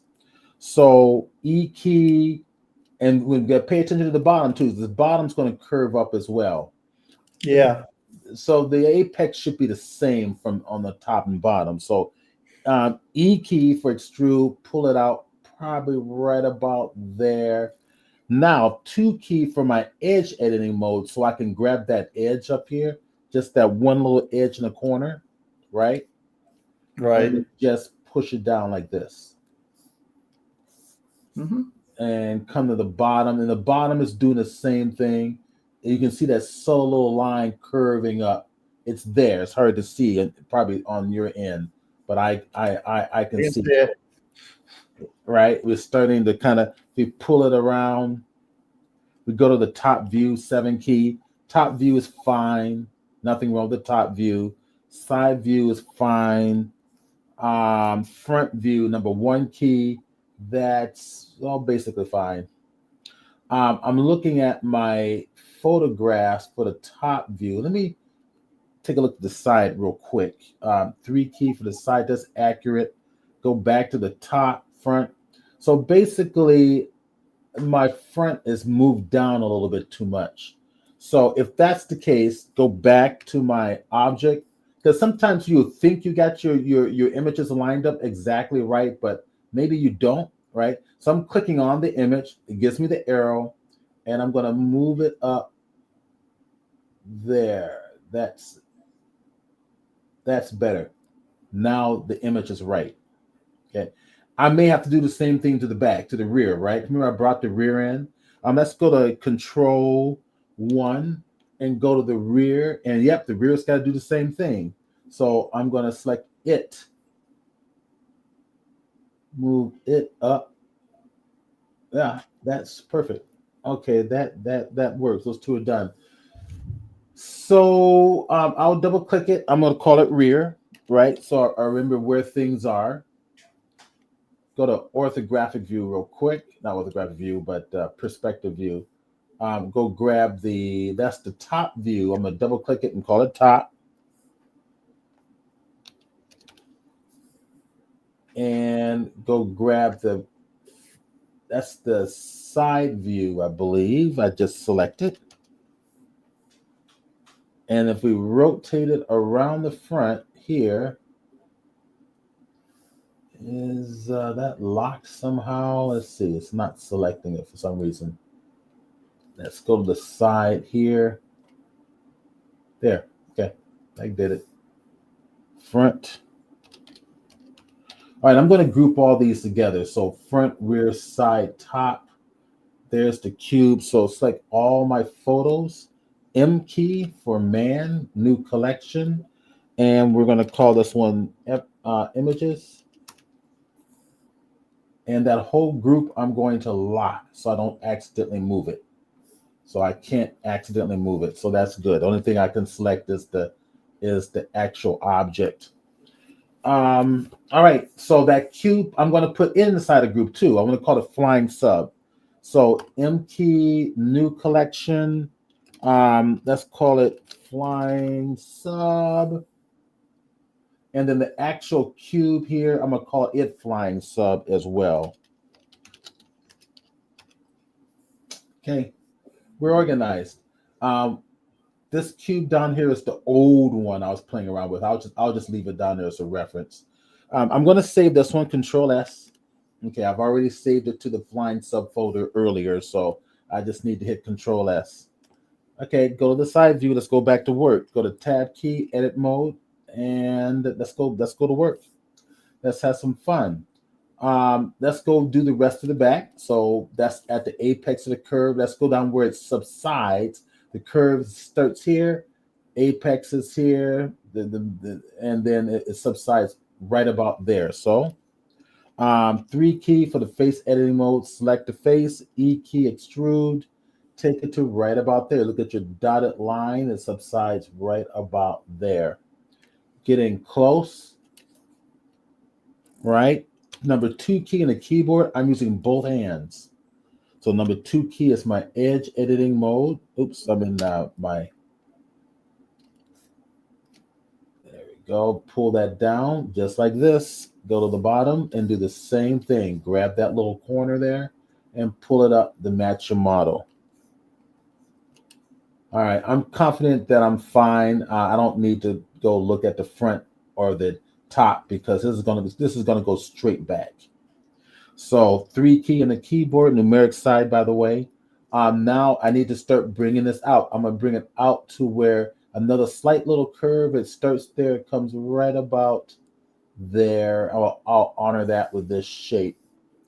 3 key in the keyboard for the face editing mode. E key, extrude, right about there, I think works.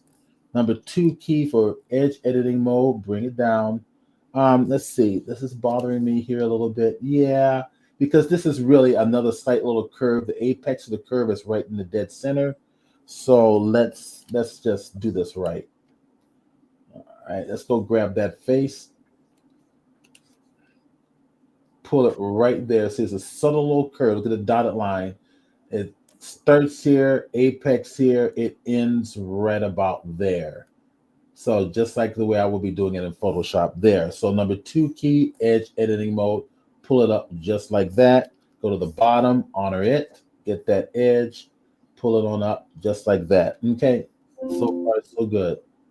Now we go to the rest of the curve. So 3 key for the face editing mode, selected, E key, extrude, and stop it right about there because it's going to go straight back from this point. So 2 key for the edge, pull it down, grab that edge, put it down, pull it down. Okay, so far so good. Okay, no details, no details, no details. All right. Now let's go straight back. Grab this here. Make sure face editing view. You know you're in face editing view because you get those dots in the middle, the black dots. That's your visual designation that you're in face editing view. 3 key, um, and then hit the E key and pull it on back like this. All right. I'm going to go grab this edge here. So 2 key, grab that edge and bring it up. Now you will notice that we also have a curved edge here. There's one long, subtle curve, and then the apex is right in the middle. No big deal. Control R for slicing. Put a slice Right. exactly where you want to be. It looks like it's in the right spot. Mm-hmm. Hit enter to commit my changes. Edge editing view, number 2 key, and then pull it on up like that. You're good to go. Mm-hmm. Yeah, that looks good. That's it. We're off for a good start. Actually, I'm adding in too much detail too soon, so that's the critique I'm having on myself right now for the group. But I could have done this with less, less geometry. But we'll Don't be be so hard on yourself. bad. It's easily salvageable. So Blender is that's what's nice about Blender is it's easily Very you can flexible. go back. It's very flexible. Okay, I'm gonna go to my top view. Let's take a look at this. All right. From here, I'm gonna make another extrusion. I wonder if I need to. I'm gonna take a look at this. Let's take a look at this from the side. Yeah, I guess I do. It's coming straight back to right about here, actually. Mm-hmm. So I'm thinking as I'm going to go to here because in reality, I should be able to pull that to. I see what's happening. I know why exactly I did that. All right, face editing mode. Grab this here. Hit it. It does go straight forward, but E extrude it out to there. Okay, and what we need to do is go to my 2 key for the edge editing mode. Select this edge, pull it down. Select this edge and pull it up. And whenever I do this from an orthographic point of view, I always flip it to perspective, Alt key on the keyboard to perspective, just to inspect it. Make sure that the flow looks right. Remember, this whole middle section is going to be basically boxy and square anyway. So the rest of it is where the wing is going to taper down and off to the side. All right. So I think from this point is we're going to start making the whole front end. The front end will be developed from the rest of the space that we see here in the front.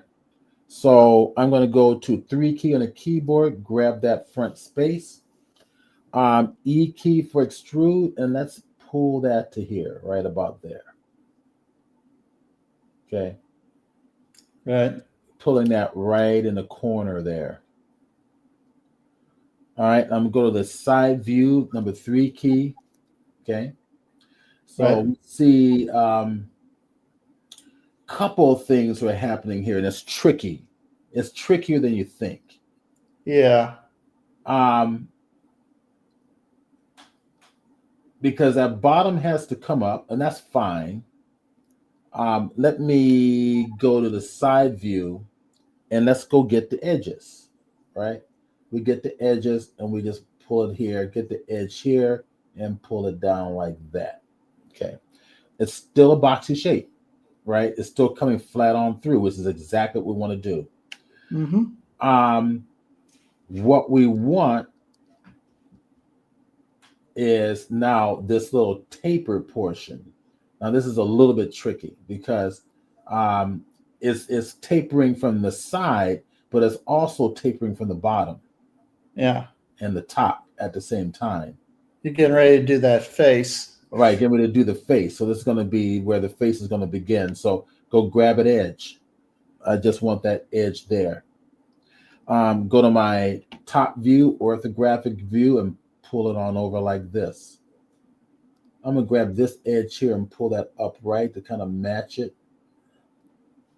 Okay, and then we go. Okay, all right, that's starting to look okay.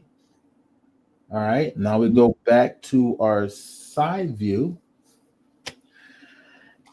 and this is where it gets tricky because I'm going to want to grab that edge and I think pull it back like this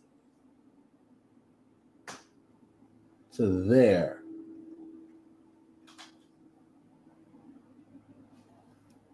Let's find out. No, we don't. All right. So I'm going to pull this on back up.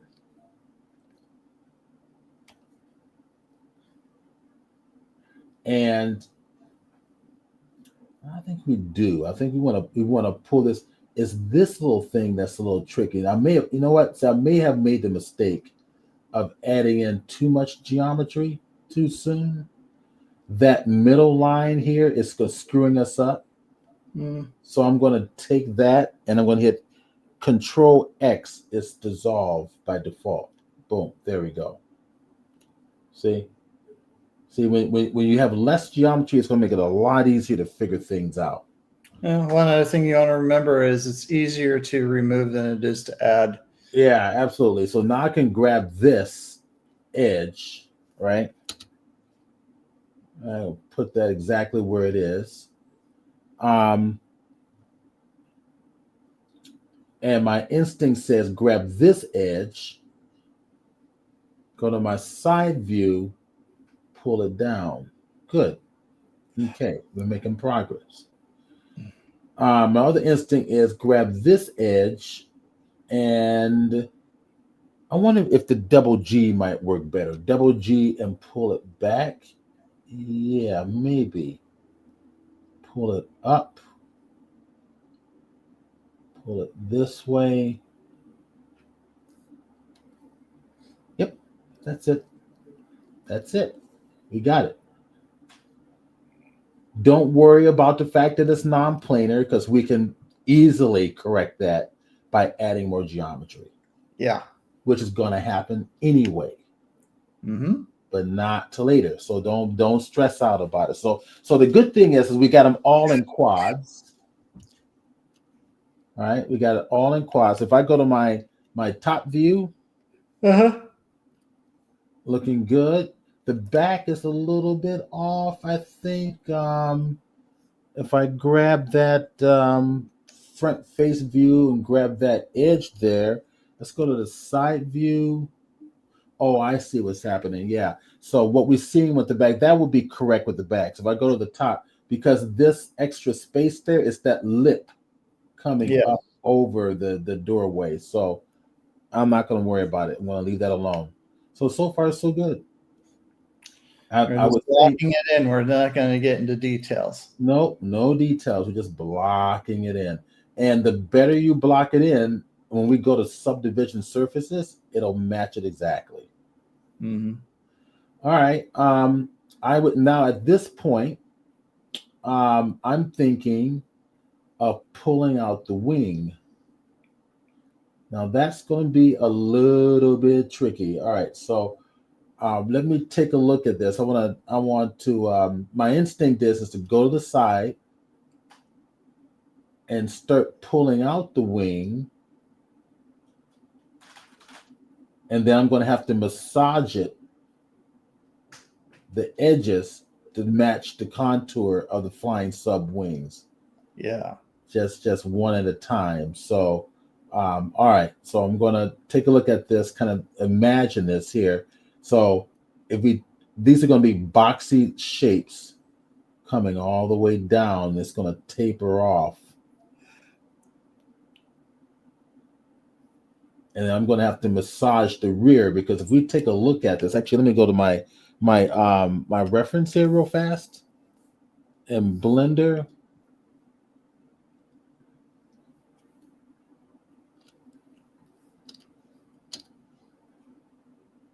It's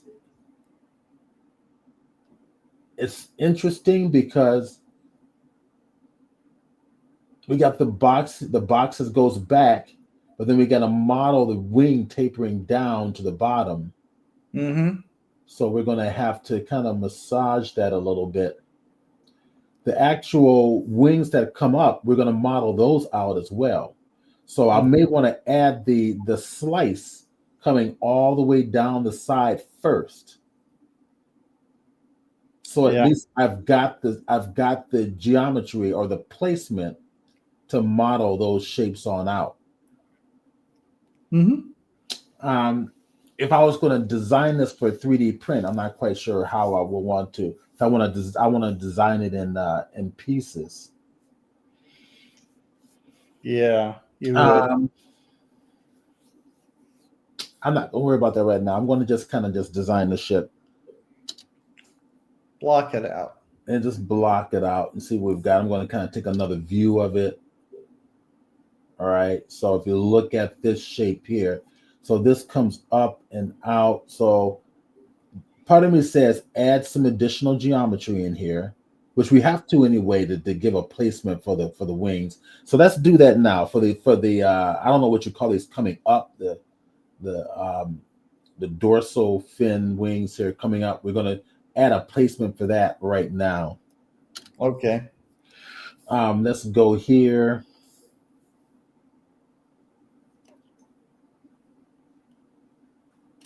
And that's going to happen right about, actually, I may not have to really worry about that so much at this point.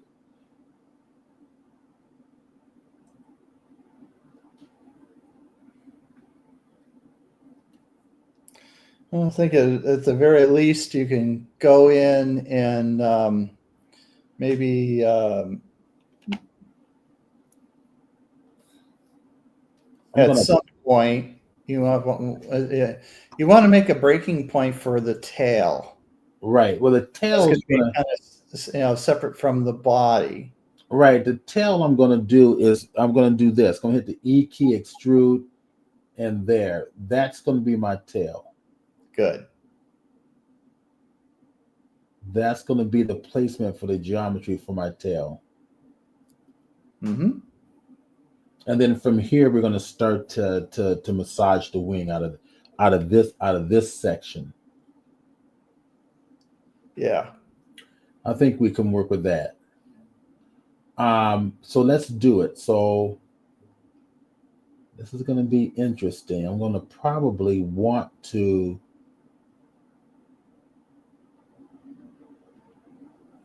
I'm definitely going to want to add some more geometry in here.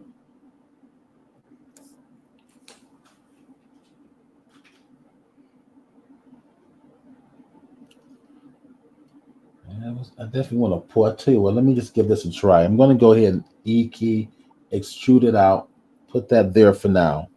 Go to my top view.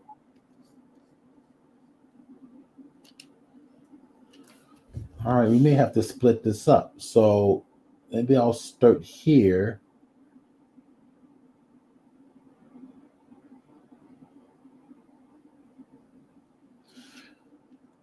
And my issue is this, is that I need, well, maybe it's not so much of an issue.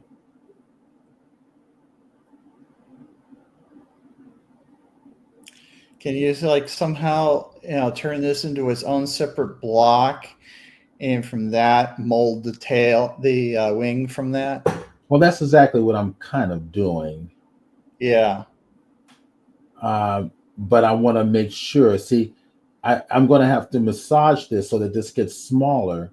So basically, if you're looking at that wing, I'm going to go to the scale, start pulling this down. But it's going to be really taperish in the back because yeah, but I don't want to do that just yet. I remember we got to honor that front face there. Yeah, Both I sides know. there. So what I may want to do is this. Is get the face first. Let me undo that real quick. Let me go to my move tool and let me try something. Go to the top view and bring the wings out to here.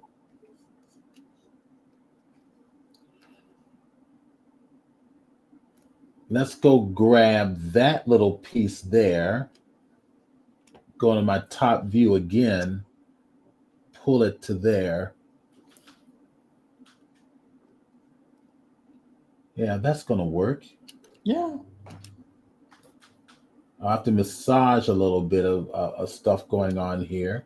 We're blocking at this point. Right. So you see why I wanted to resist adding a lot of extra detail in there. Mm-hmm. Because now I've got all this to deal with. Yeah. But at least you got your wing defined, so. Yeah, for the most part, that's kind of where I want it to be. Mm-hmm. Where I'm going to need, what I'm going to need to do is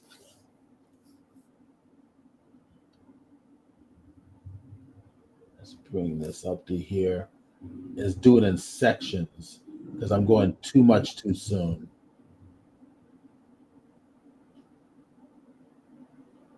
Okay, that's going to work. Yeah, that'll work. Yeah.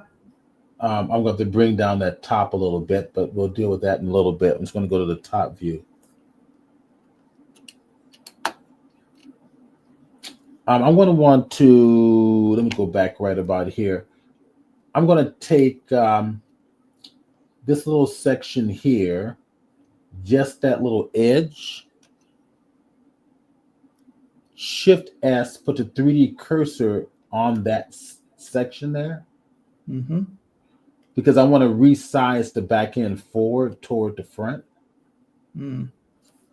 Go to here, grab that whole section there. Come up here and tell it to use the 3D cursor as the central point. There.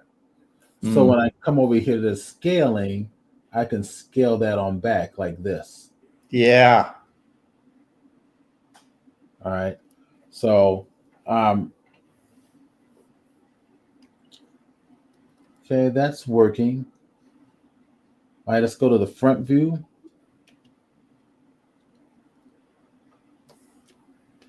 And I think I can resize that up like this.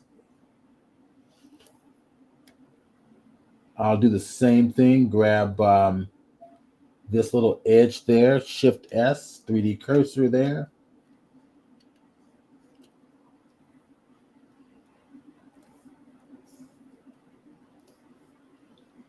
Go to my front view. And then, it's already my 3D cursor is my orientation point. So kind of getting close so we all can see it. Pull it down and we're doing something like this. Mm-hmm. Okay. So front view looks good. Top view looks good. Side view, I think we got it. Okay.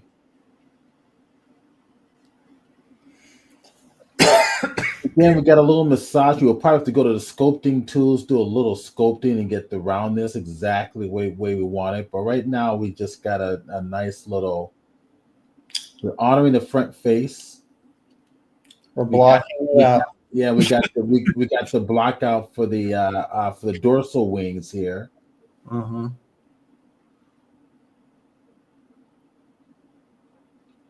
And let's go block out the rest. So I'm thinking about from the front view, taking it now to this point here. Mm-hmm. And then tapering it on out and up. See if that works. So this little curve up here that we see in the actual drawing, we can easily see this is all in quad. So I can easily hit Control R and put a slice in there and move it up, right? Yeah. So I'm not worried about that. Mm-hmm. In fact, I don't want to affect the front face here. And I'm going to make some modifications here as well. Let me take it, well, maybe not. Let's see. We are going to have to do a little bit more modification for the front face, because if you take a look at this, let me turn that off there. In fact, it'll be easier if I turn on the front face like this, as well as like this. Right, I'm gonna go right in here. You see, it's not lining up with the actual shape of the face. We can get it. I think all we need to do is grab that point there and bring it down. And I think if I hit the double G, and there we go. You see that? Yeah. Yeah. And I think I'll go over here to, let's go to the side view. Yeah, I just need that edge. So go back to my front face view. Number 1 key, grab that edge, one edge, double G, pull it on down. See? So we got to get this organized right now. This little point there can come down too. So double G, pull it like that. Yeah. Mm-hmm. Yeah. Let's go over here to these here. Let's see what we got here. It's just that one point there. Go to the front. And the double G, pull it on up like that. Yeah. All right, so we're giving ourselves a nice foundation to match Irwin Allen's vision of the flying sub. Like a stingray. Yeah, it's just a stingray, which is basically what the sea view is as well. It's a large stingray, or a squid, I guess. Or at least the front end of it was. Yeah. Okay. Yeah, that's working. I think the front. I think the modelers took something like a front end of a Polaris submarine model and repurposed the head with this weird. I want to revisit the amount of geometry that I have here for the rears. It's bugging me that I have too much. Okay. I'm thinking what I can take away to make this job a lot easier. So if you think you can just modify this better, so I'm thinking, taking a look at this, I'm thinking like this point, go to this edge. Mm-hmm. Could that go away? So if I go to the side view, yeah, it's going to the, yeah, I can probably get away with taking that away. So Control X, there we go. I want as little detail as possible. And can I get away with taking that one away as well? Maybe. Let me go to the side view. Yeah, I think we can. Control R there. Yeah. See, you want to look at your reference model. You notice that there's a taper in the back end that forms the tail. Yeah. And well, we've got that. It's just right here, I believe. Yeah, that's what I'm talking about. Yeah, and that I think I've got. Separate the wing from the tail. Right, I've got that. The wing's going to come out of this. It's going to come out of that loop there. Yeah. That's where the wing. Well, that's where the wings are going to protrude from. Yeah. But one of the references you had, you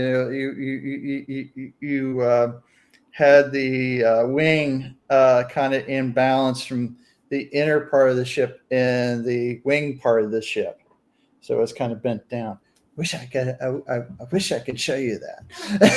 Yeah. So I've got. Now I wish I had my camera.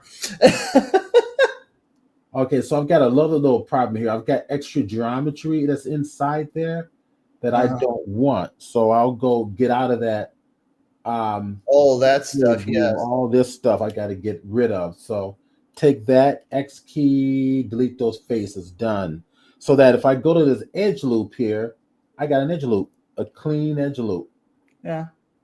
You could do a mirror copy, or Now, I'm not going to there's mirror it just yet. yeah. I want to keep. I want less No, visual you want to just distractions do on possible. side.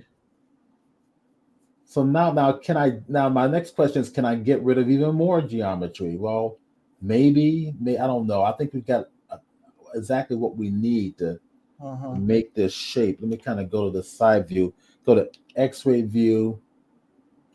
If I double click that, okay, that looks good. Go to my face editing view, A key for select all. That looks pretty damn good, actually. Yeah, I think that's much, much better. When you start adding too much geometry, you're just making your life like hell. So take it out, get it out of there. Okay, let's go on and do the rest of the wing. Um, let's see. Carm is here. Sorry, I'm late. I do not have audio for some reason. No problem. You can just you can watch us. Welcome. Good to see you here. I'm going to reboot. Maybe that will help me here. Okay.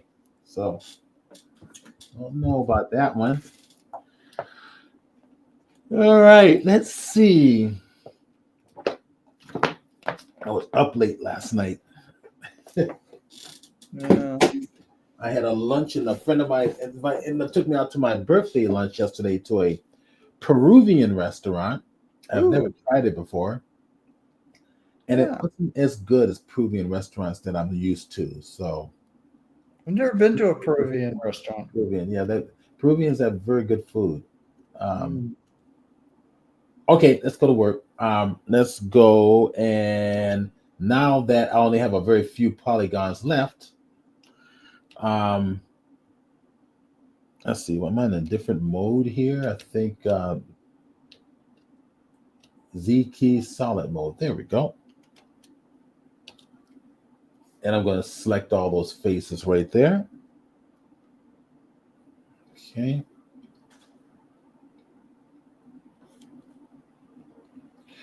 We're going to extend this out. I'm going to go back to X-ray mode, and I will go to, let's see, I'm going to go to my front face mode. Yeah, I'll do that. E key extrude it out, and we'll go to right about there. I think will work just fine. I'm thinking right about there. Mm-hmm. Okay. Pull it on. Oh, you know what? It's near that. We're in that, Mm. that 3D cursor mode. So get out of here, go to my median point, and I can pull them both equally this way there. Yeah, because you want to mind where your front of your face ends. Just Right. tapers off right there. Right. So if I Think grab about that that in little, the future, so to speak. I'm gonna grab that little point in the bottom, shift S, and now 3D cursor to there because I want everything to shift there. Go to my front face mode again. Let's grab this entire face like so, and we'll come back up and tell it to do 3D cursor again and pull it down. Yeah. I'm not worried about the fact that this should be a little more of a curve because I can always add an edge loop and push it up. I think I talked about that earlier already. Mm-hmm. And I want to push this up right about there. That's good. That's good. Let's go to the side view, and we need to pull this in, right? So I need to go back and tell it to go to median point, and we need to do this. And you can see the front is starting to fall in line, Mm-hmm. kind of, but I'm not an orthographic view, am I? So I'm going to go to orthographic view. There we go. See the front's following in line. And of course, this is going to have to be tapered down like this, right? Mm-hmm. as we start to go. Um,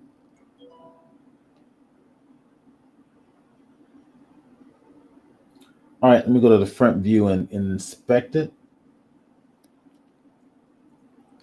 A little narrow. Yeah, I need to come up. I think I need to kind of. If you look at that front, yeah, that need to come up to here, and we need to massage these front points up a little bit. We'll deal with that in just a little bit. And then let me go to my scale and just start pushing these things back. And it looks like I need to push the bottom ones down. So I guess what I'm gonna do is I'm going to just go grab this point, Shift S 3D cursor there, go back to my 3D cursor mode, go back to front face orthographic, grab that whole section there and push it on down like that.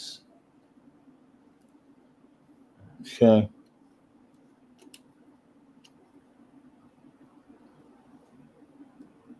Yeah. It's a crude curve, but it's a boxy curve. Now we're going to curve it upwards a little bit. We're going to taper it up a little bit. Mm-hmm. Let me go to my top view.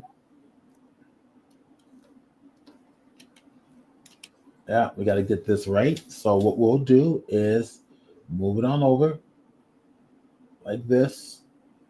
Now we have to go deal with the front, right? So what we'll do is we'll grab that one edge, Shift S, cursor to select it. We're in 3D cursor view already, so go to my top view, grab that whole edge, scale, push it up. Okay. And as long as now we've got it's not honoring this shape here at the edge, so edge editing mode. Double click this here. The front looks good, so I think what I'll do is grab this one point at the front, Shift S, cursor to select it, edge editing, grab that edge, go to my top view.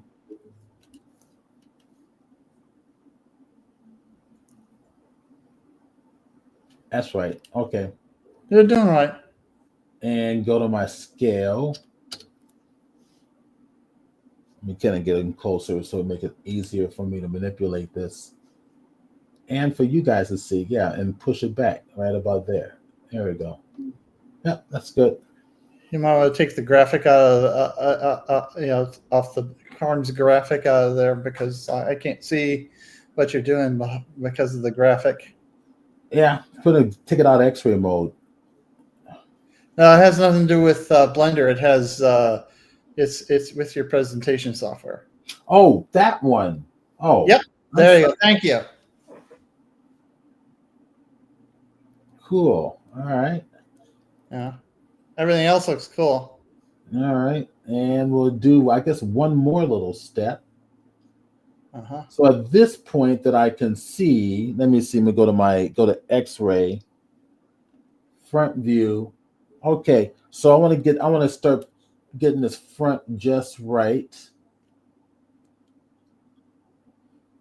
I just want this edge here. So I'm gonna go to this edge there. I need to get out of that, go back to my medium point here. And go to my move tool, go to my front view. And I think all I need to do is just move that up like that.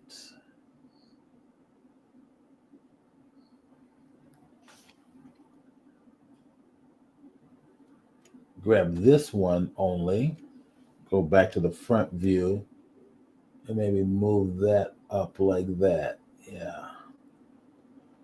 That's going to be where the windows are going to reside. Mm-hmm. So we're going to etch out basically, Let me go to my images and turn it off temporarily. So basically, we're going to etch out this whole section here. Mm-hmm. Probably use a bevel command. This portion here, I think, needs to taper back, that little edge there. Yeah. I want to push it back. Yeah. Now, if I want this to be flattened out, it's a little trick in Blender. Select all these faces. 1, Shift, 2, 3. You want all those to be flattened out on one plane. Right-click, Loop Tools, Flatten. Let me kind of go to the side so you can see it better. A loop tool, flatten. Boom. See? Mm-hmm. Nice little trick. Nice. But then I got to make sure it's honoring the photograph too. So turn back on my images and go to X-ray. It's always, yep, it looks good. It looks pretty close. I think there's a slight little curve in there. We'll deal with it later. The same thing here. I'm going to select that whole edge right there. See how it's not completely flat? Yeah. It's non-planar. So right-click, Loop Tools, flatten. See? Uh-huh. That's a nice little Loop Tools trick. Kind of keeps you honest all the way through. So far, I'm happy with this. Well, you're blocking, so there's going to be, Yeah. All right, so let's do the rest of this and pull this out. Let's go get out of here and grab all these faces there. Let me kind of imagine this here. So it's almost if this middle portion. Let me kind of go to the side view. Go to X-ray. I think this section here is going to come up a little bit, but we'll massage that a little bit later. Mm-hmm. Actually, no. Let's do it now. You can see the wing. There's a little bit of a curve. I may want to just grab just that edge. That might solve the problem a little bit. Grab that edge. Do that. Grab this edge. Maybe push it down like that.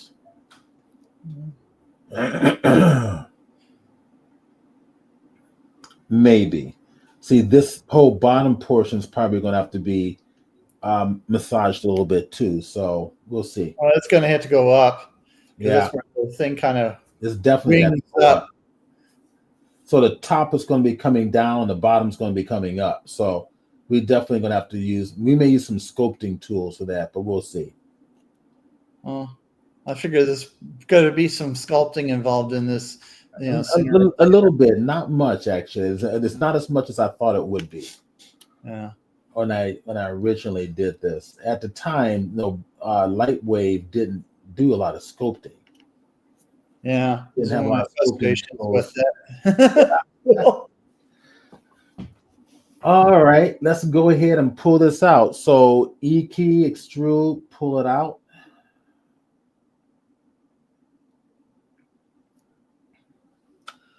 Let's take a look at this from the side view, from the front view. Yeah. So we got some work here. So X-ray, let's do the front view first. I think that'll help. As opposed, we go to here. And we pull it on up like this. Mm-hmm. We don't need an extra slice just yet because I can use the command Control R to put a slice in here and round it off. So we're going to keep it simple and straight. But I'm also noticing that what I also need to do is kind of rotate this to match the angle or the normals of that tip. Yeah. Probably something like that. Go to my move tool, move it on up like that. All right, let me see if I'll do it this way. Kind of, yeah, that's kind of what I didn't want to do, but hell, I think I can make it work anyway. Yeah, like that. That works.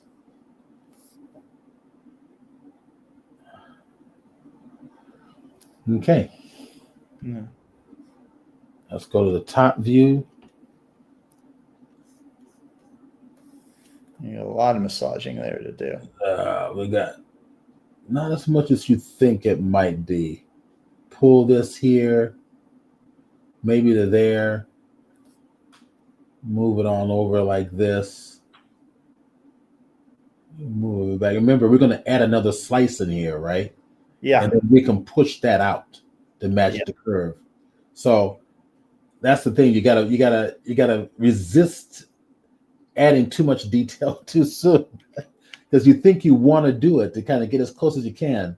If I go to my top view, yeah, we're seeing a little bit of a face because remember we rotated it upwards a little bit. Okay, I think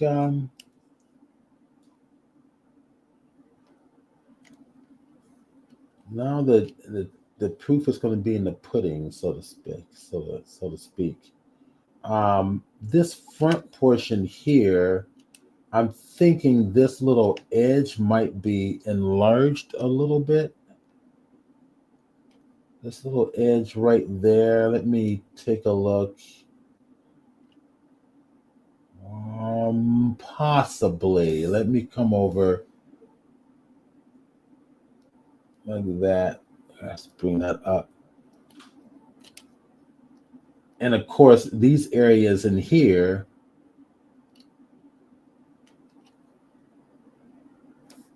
I'm going to start just bringing them down here and just eyeing it.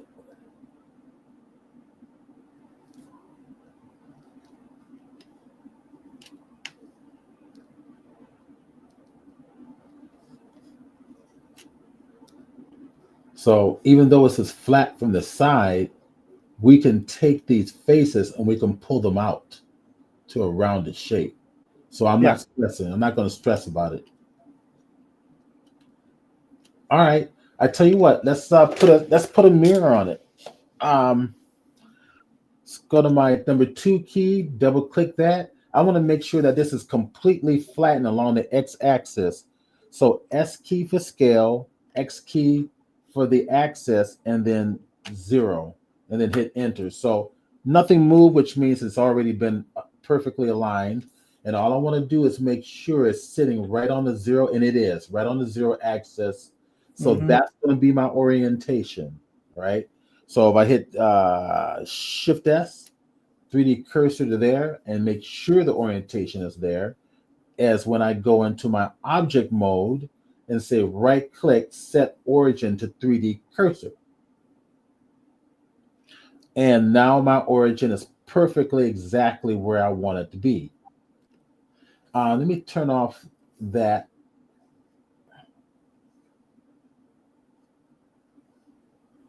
Okay. Now let's go to mirror command. Go to my modifier, generate mirror. It should do it automatically on the X by default. There it is. Yeah. Not bad. It's going to get better. It's really boxy. Oh yeah. We're going to We're just boxing it in at this point. Yeah, we're going to tape it off. Actually, it's not too bad. In the end, it's going to look exactly like the flying sub, but right now we got the blocked out shape. Yeah, everything's blocked out. So if I put a subdivision surfaces on it,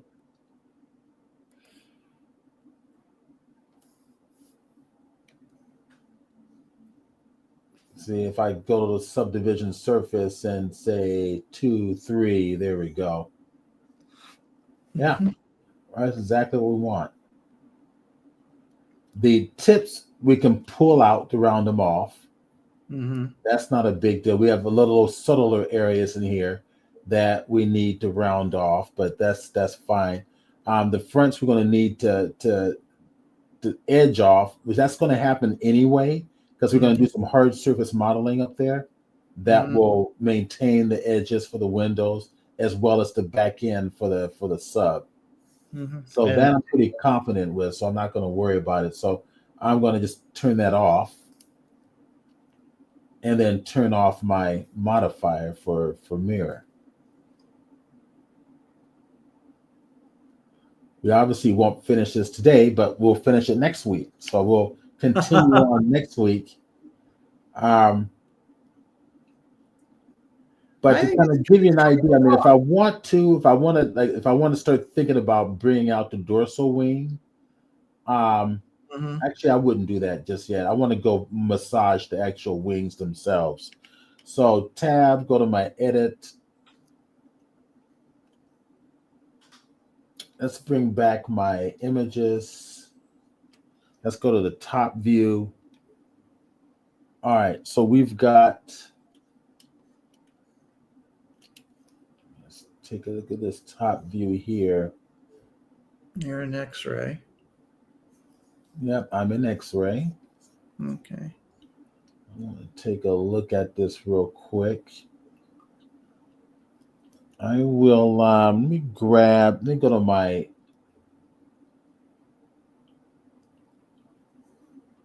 grab all this. Push that to there.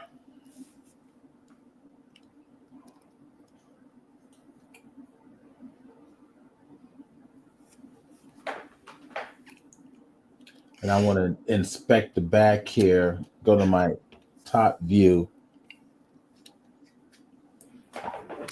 I'm thinking I want to go ahead and add a slice here. So I want to add a slice here to start rounding off these edges on the end. Control R, just go on and do it. And then place it where I want it to be, there. And let's go to my scale. Push that out a little bit to there. I'm going to grab that edge right there and Shift S 3D cursor, go to my cursor orientation option.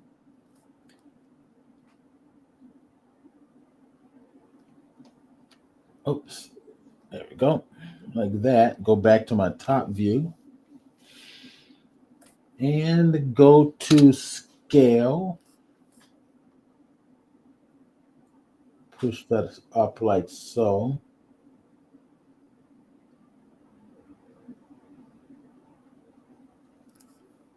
I'm thinking the whole section here. Go back to my medium point.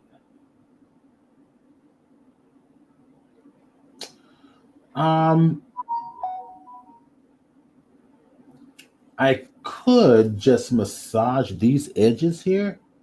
I'm not quite sure how well it'll work, so maybe grab that, do this. Grab all of these, pull that down a little bit, grab that, pull that down a little bit, grab that edge, pull it down a little bit, get that out.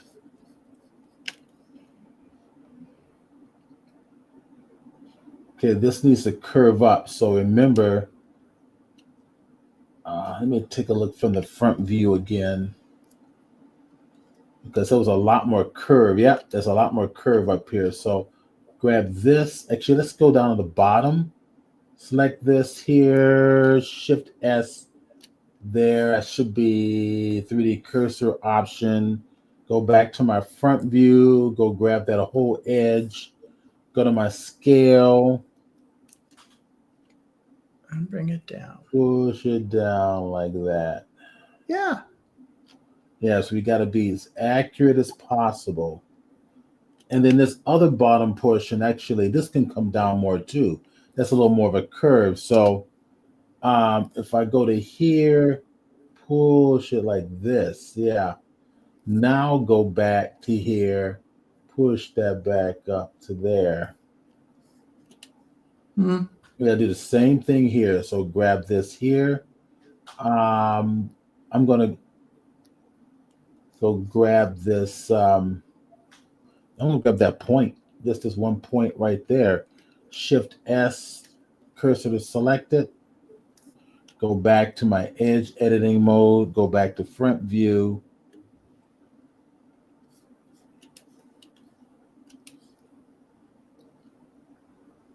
Get it just right. Now it's time to start adding our additional loops. Because if your straight edge boxy shapes look completely aligned and accurate to your curve model, then when you put your subdivision surfaces on, it's going to look perfect. Mm-hmm. So it doesn't look perfect yet because I need an extra loop. I want that. I want all these straight edge shapes to match that curve exactly. So Command R. Now it's time. Put it right about there where I want it to be. The bottom looks fine, so I'm gonna go to the bottom, and I think I will go grab this one little point right there. Mm-hmm. Is that the right? Is that what I No, want? it's not. I want that one, right? Let me see. Make sure. I think it's one more over. One more over. Okay, so let me. This one here. Yeah. I'll select these here. There we go. Those. So I want You got 3 selected now, so that one and that. Oh, I'll do that one. yeah. That'll work. So Shift S, cursor to select it. Edge, grab that edge, go to the face view. There we go. Pull that down. There we go. You're starting to get that really cool curve. Yeah, we're starting to get that really cool curve. So I want to get this curve up there. Then I got to add another one right in here to match that. So we just get some massaging it. It might be helpful if I take this, right click loop tools. I see right click loop tools and then flatten. Boom. See, flattened out the line. It helps kind of keep it all aligned there. And let's go to work. Let's go to the bottom. And I think we'll go grab just that one point right there. Shift S, cursor to select it. Go to my front view. That's Edge tough. editing. No big deal. Go to the front that way. Period key. Doesn't matter. Come on, bring it on back here. Yeah, there we go. Bring it back here. That's those late nights, you know. Yeah, no. There we Kill you. Line it up just like they do. Trust me, they do. Control R. There we go. That one's exactly right where I want it. Right there. Yeah, kind of want it between the the observation lamps and the intake port. Go get this point here. Shift S. Cursor to select it. Grab that. Go to my front face of it, editing mode. Yeah. Yeah, there you go. Cool. It's starting to take shape. Yep. It's starting doing the shape. Our hard surface modeling hasn't come in yet. So far, we're doing like organic modeling to get these nice little curved shapes. This bugs me in the front here. I'm going to have to work this out. I think this edge should come down a little bit. But we'll save that for next week. So I'm going to save this model, and I'm not going to touch it until next week. So I'm looking at this front face, and like all these lines here, to me, should be straight, at least from here to here. should be kind of straight. So if I right click, let's go over here, right click, loop tools, flatten. Huh, didn't want to do it on that one. So I got to manually do it. Mhm. Let me take a look at it and see what it looks like from the front view real quick. So go to 7 key. It's not 7 key, 1 key. Yeah, see, you can see it. It's not right. So just grab that one edge. All I need to do is, get out of go to my medium point. All right, this has got to be perfectly straight like that. That's what was bugging me about this. Okay, what is this here? Let me check this out. That's in the back. So I'm going to have to grab this. So this may be off a little bit too. Go to my front view. Oh, okay, that's right. We got it right. We got it right. We got it right. So the only thing that's off here is just this one point. Yeah, you have to be careful. You're in X-ray mode. Yeah, you're right. So I've got to, I'm looking, yeah, exactly. So I'm selecting something in the back instead of the front. Easy to do. And then pull that down just a little bit, just to straighten it out. Maybe just a little bit. And the same thing for this here. Come here, go back to X-ray, pull that down, straighten it out a little bit. It's getting there. Okay, so we got the face mapped out exactly the way we want it. Let's go ahead and turn off these images because they're in the way.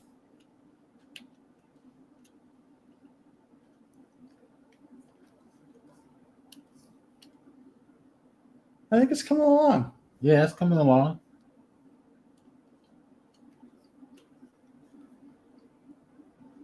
I mean, we could use splines to model it, but I always find splines to be a pain in the ass. See, what you need to do is when you get this done, do a 3D print of this Right. and take it outside and try to see if it flies. Yeah. I have a feeling that's the way I that don't think the volume follows in the state that it is that some guy, some cameraman says, okay, point the camera up. This guy over here, he's going to toss the model. You're going to catch the model flying slab flying through the air. And of course, it's going to crash and breaks, but we don't care.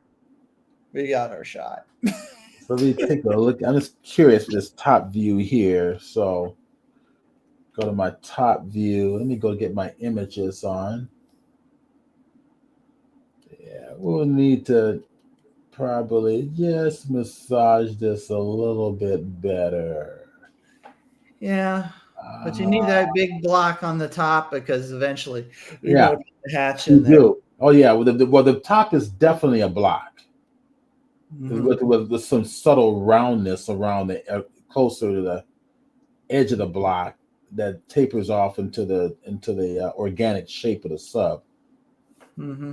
Then we got to build this hatch to match the actual show,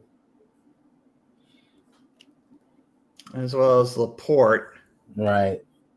I think what they envision for the show is that the spot outside of the hatch, Yeah, that is what actually makes the hermetic seal to right, to the sea view. right. And they just opened up the bottle and popped up that hatch in the show.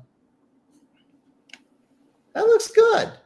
Yeah, I mean when we get to it, There's some hard edges you got to make, but yeah, beyond that, it's and that's easy to do. I mean, we can. Yeah.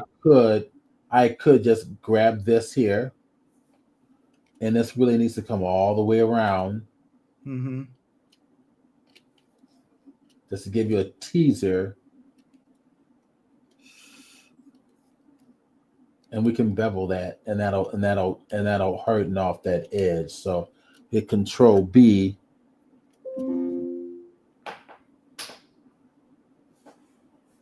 See, it starts to harden it off. Yeah. Wait a minute. Get out of the X-ray mode. There we go. See? Ooh. It Yeah. starts to harden it off. And then that bevel, maybe we give it like, see, it gets harder, even harder. And it get a little more geometry in there. See? Then we'll I do wish the I same had that thing. menu about 5 years ago. Yeah, do the same thing at the bottom. And then when we start adding more geometry, the face will start to flatten out. Then we can etch out the windows and the lights. And That's look at the back is starting to, that's hardened up here in the top corner. From here, we're going to put our wings just for the fun, just for the fun of it. Here, I'm going to go to face editing mode, grab that, right? And here it's just an Alt E, extrude along normals, like this. So it's probably more external. It's Right. probably going to be more focused to the back than it is the front. Yeah. Oh, yeah, definitely, absolutely. Well, I'll definitely. I'm going to do now. We're in subdivision surface mode. We need to turn all that off, so you can see it better what we're doing. And I could go a lot less than this, and then take the back end and start massaging Pulling that out. Yeah. Oh, take this. I see what you're doing. Pull it on out. Yeah. See? It's going to look cool. Yeah. So we're modeling everything directly from a cube. All this was done from a cube. Yeah. Well, it's blocking, good proper blocking will give you, even when I do my character design, I start off by, building hands and faces and whatnot, primarily using blocks. Right. And then I go into like a sculpting mode. In the case when I was using LightWave, I would take my blocked image and I would go into ZBrush and do all my organics in ZBrush. Yeah. Here in Blender, you got the sculpt mode already, so you can go straight, straight into those dynamics and all the messing around. So Carm gave us a link. So everybody check that link out. I'm going to post it to the chat for anybody new just came in. Yeah, check that out. That'll be definitely. Well, I'll definitely check that out. But we're out of time. I got to run to another meeting.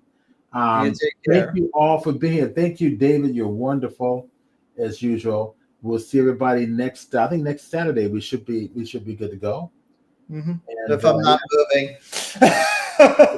Yeah, you got to let me end the stream here. But thank you everybody for joining us. We'll see everybody next Saturday.